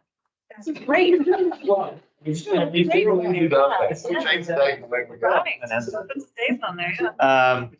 We might as well mix up the dates too, guys. What, are there any dates on here for the future meetings? July 17th is the suggested meeting date. Tuesday is the alternate date, the 16th, or Thursday, the 18th would be the other alternate date. For me, I'll open it up to you guys. Any suggestions? I need if possible, I need the 18th. The 8th? I'm in Michigan, so I'll be up there where it's a little cooler when you're all in July. That'll be nice. Just say it. Sounds nice, especially in July. Conference, and it'll be pretty much done on Thursday, Thursday, if possible. Thursday, the 18th. Anybody else good with the 18th or? I have a conflict on the 18th, but could do the 17th, which I think was one of the other proposed dates. Okay, I'm good with either one of those. Yeah, the 17th. Is a You can't do the conflict, but 17th? The 16th and the 17th are both, I mean, yeah, the alternate dates are both open. Okay, so you're good with the 18th. One person's not good with the 18th. Who's good with the 18th altogether? Good. Yes. 18th. So we're only missing one person that can't do the 18th. Is that right? Wait, who can't do the? Who can't do the 18th? No, I can do the 18th. You can do the. Had a different. Okay, so let's go ahead and say the 18th then, Thursday, the 18th, if that's okay for alternate dates. Okay, Thursday, the 18th, and then we have October 15th and October 17th coming up. Well, those are alternative dates. Alternate, okay. Yeah, proposed. Okay, so let's just leave it alone. July 18th. Well, you could, no, you can, does October 16th work for everyone? Sometimes it's nice to calendar early. Yes. We got a lot of busy people. Yeah, October the 16th on a Wednesday. Yeah, with alternates Yes. of the 16th through the 17th. Sounds like it doesn't. I'm sorry, that's okay. I mean, I'll try to change it. What about, we can do the 15th. 15th is open. The 15 works better for me, to be honest. Is the 15th okay? That's a Tuesday. Anybody else? Good for me. I like the Tuesdays. I like Tuesday better. If y'all agree. This is your committee. This can change, of course, but sometimes it's nice to get stuff on the calendar. right? Okay, so let's just say Tuesday, October 15th then as well. Right now, we got 7:18 and 10:15. Yes, sir. All right, and I guess, yes, sir. Did we ever bring up that we were ever going to talk about succession planning? We talked about that a little bit. Do we want to put that back on the agenda, or do we want to do that? That's also a commission initiative. So we're working on, you'll actually see a rule proposed at the May meeting about succession planning. And then I think you can, well, I know you can expect to see it in broker responsibility. But I think there'll be a little bit more of a campaign to talk about that, about what the reality of it is and the business practice side of it is. Those of us that have been through it, it's a pain. Yeah. Look, are you gonna be at the May meeting? This May. No, the commission meeting. You're gonna see a rule proposed about succession planning. I just saw that May meeting. Oh, that's the one that's in Dallas. Yes, I have been told I need to go to that. 20th, I think it's. We'll see you there, You'll see Abby present. May 20th. 20. But yes, that is that's a conversation that's happening, so. With some rule changes tied to it. Let me throw out a couple other things. if you guys think this would be okay, beneficiary to add to the next agenda. Wholesaling, Yes.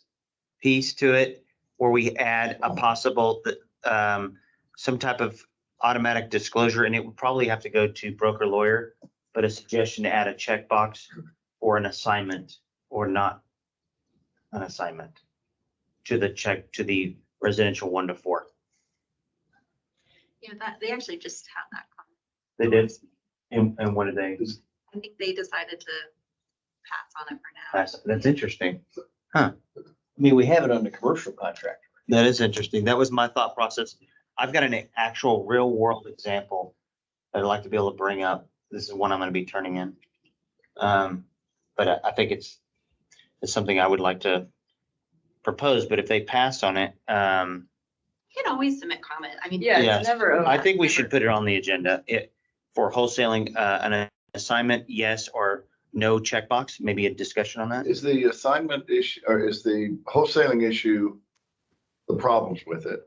Is it more under licensees or more under? This one people actually that do not involves a have license holder. Really? Okay. Yes, sir. Because that's not near as common as the other one. Yeah, well, they Right. use, a lot of the time, License is the a biggest. lot of the time they'll utilize their own contract. Well, Ooh, they right. download, a lot of these wholesalers utilize their own contracts and they download them off the internet and, One of the internet contracts. oh yeah, they're great. They're solid, you know? So that one, and then, as far as that goes, maybe a discussion, a further discussion on disclosure, on the wholesaling piece, for a license holder. As we have I think the checkbox really solves both problems, but I'm throwing it out there as a discussion item for the next agenda, for a disclosure. If you're going to assign or wholesale a contract as a license holder, when do you need to disclose that? Is it the beginning of the transaction, during the transaction, or when you just choose you're going to assign it? I think, Interesting discussion. so I think part of this would probably be in broker lawyer, their purview. Mhm. So, I mean, I think we can certainly talk about wholesaling. Maybe make a recommendation on it. To go to. Defer to broker them. lawyer. Yes, that's the whole idea. I want to just have that discussion out there. And then, one more thing. Let's see. Oh, the other thing is, for the experience we talked about. Now, I remember us talking about this before, but I wanted to throw it out there. Some type of validation from a broker on the type of transactions that you have mentored, or so like a certification form of some sort. You know, throwing it out there.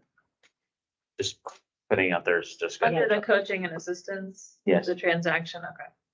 Yeah, because that did come up quite a bit. No requirement of proof. It's all worded, your word. Who's taking the vote? Ty, in the checkbox for property management. Oh, yes, checkbox and property management. That's a very good point. Checkbox, are you doing property management? Check yes or no on your application, so that way the commission can tell if somebody's doing property management. If there's a complaint that comes through for Mike better help him identify. They can't say, well, I didn't know, because they've already checked the box saying, yes, I certify I'm performing property management. Maybe Several- something statutory, because Yeah, they're gonna be performing it confidently. Yeah. In the brokerage activity. Knowing that they do it or not, does it's it really, irrelevant. does it help you? Well, it could ebb I would and think so. flow. You know, you could not be doing it, then you could be doing it. Yeah. Right. From what I've learned, several states have it because of auditing purposes, to know what people are doing. Yeah. Well, they have We don't different- audit. Different licenses. I don't Some see states what you've been for in that. management. All right. But with Yes, ma'am. regard to the wholesaling, I think, you know, the perspective I have, just that, you know, because we don't have offices and everything kind of runs from a corporate perspective, with wholesaling, the concern is that coverage for the E&O.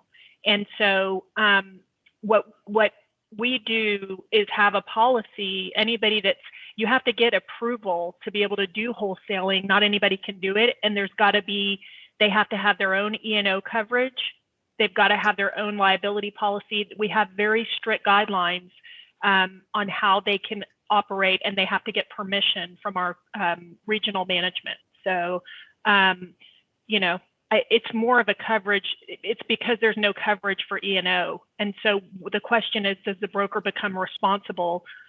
The broker is always responsible at the end of the day, but that's the concern. It sounds like a good policies and procedures manual is what it sounds like to me. Exactly.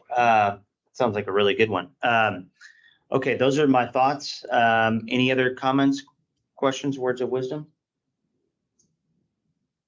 What was the second?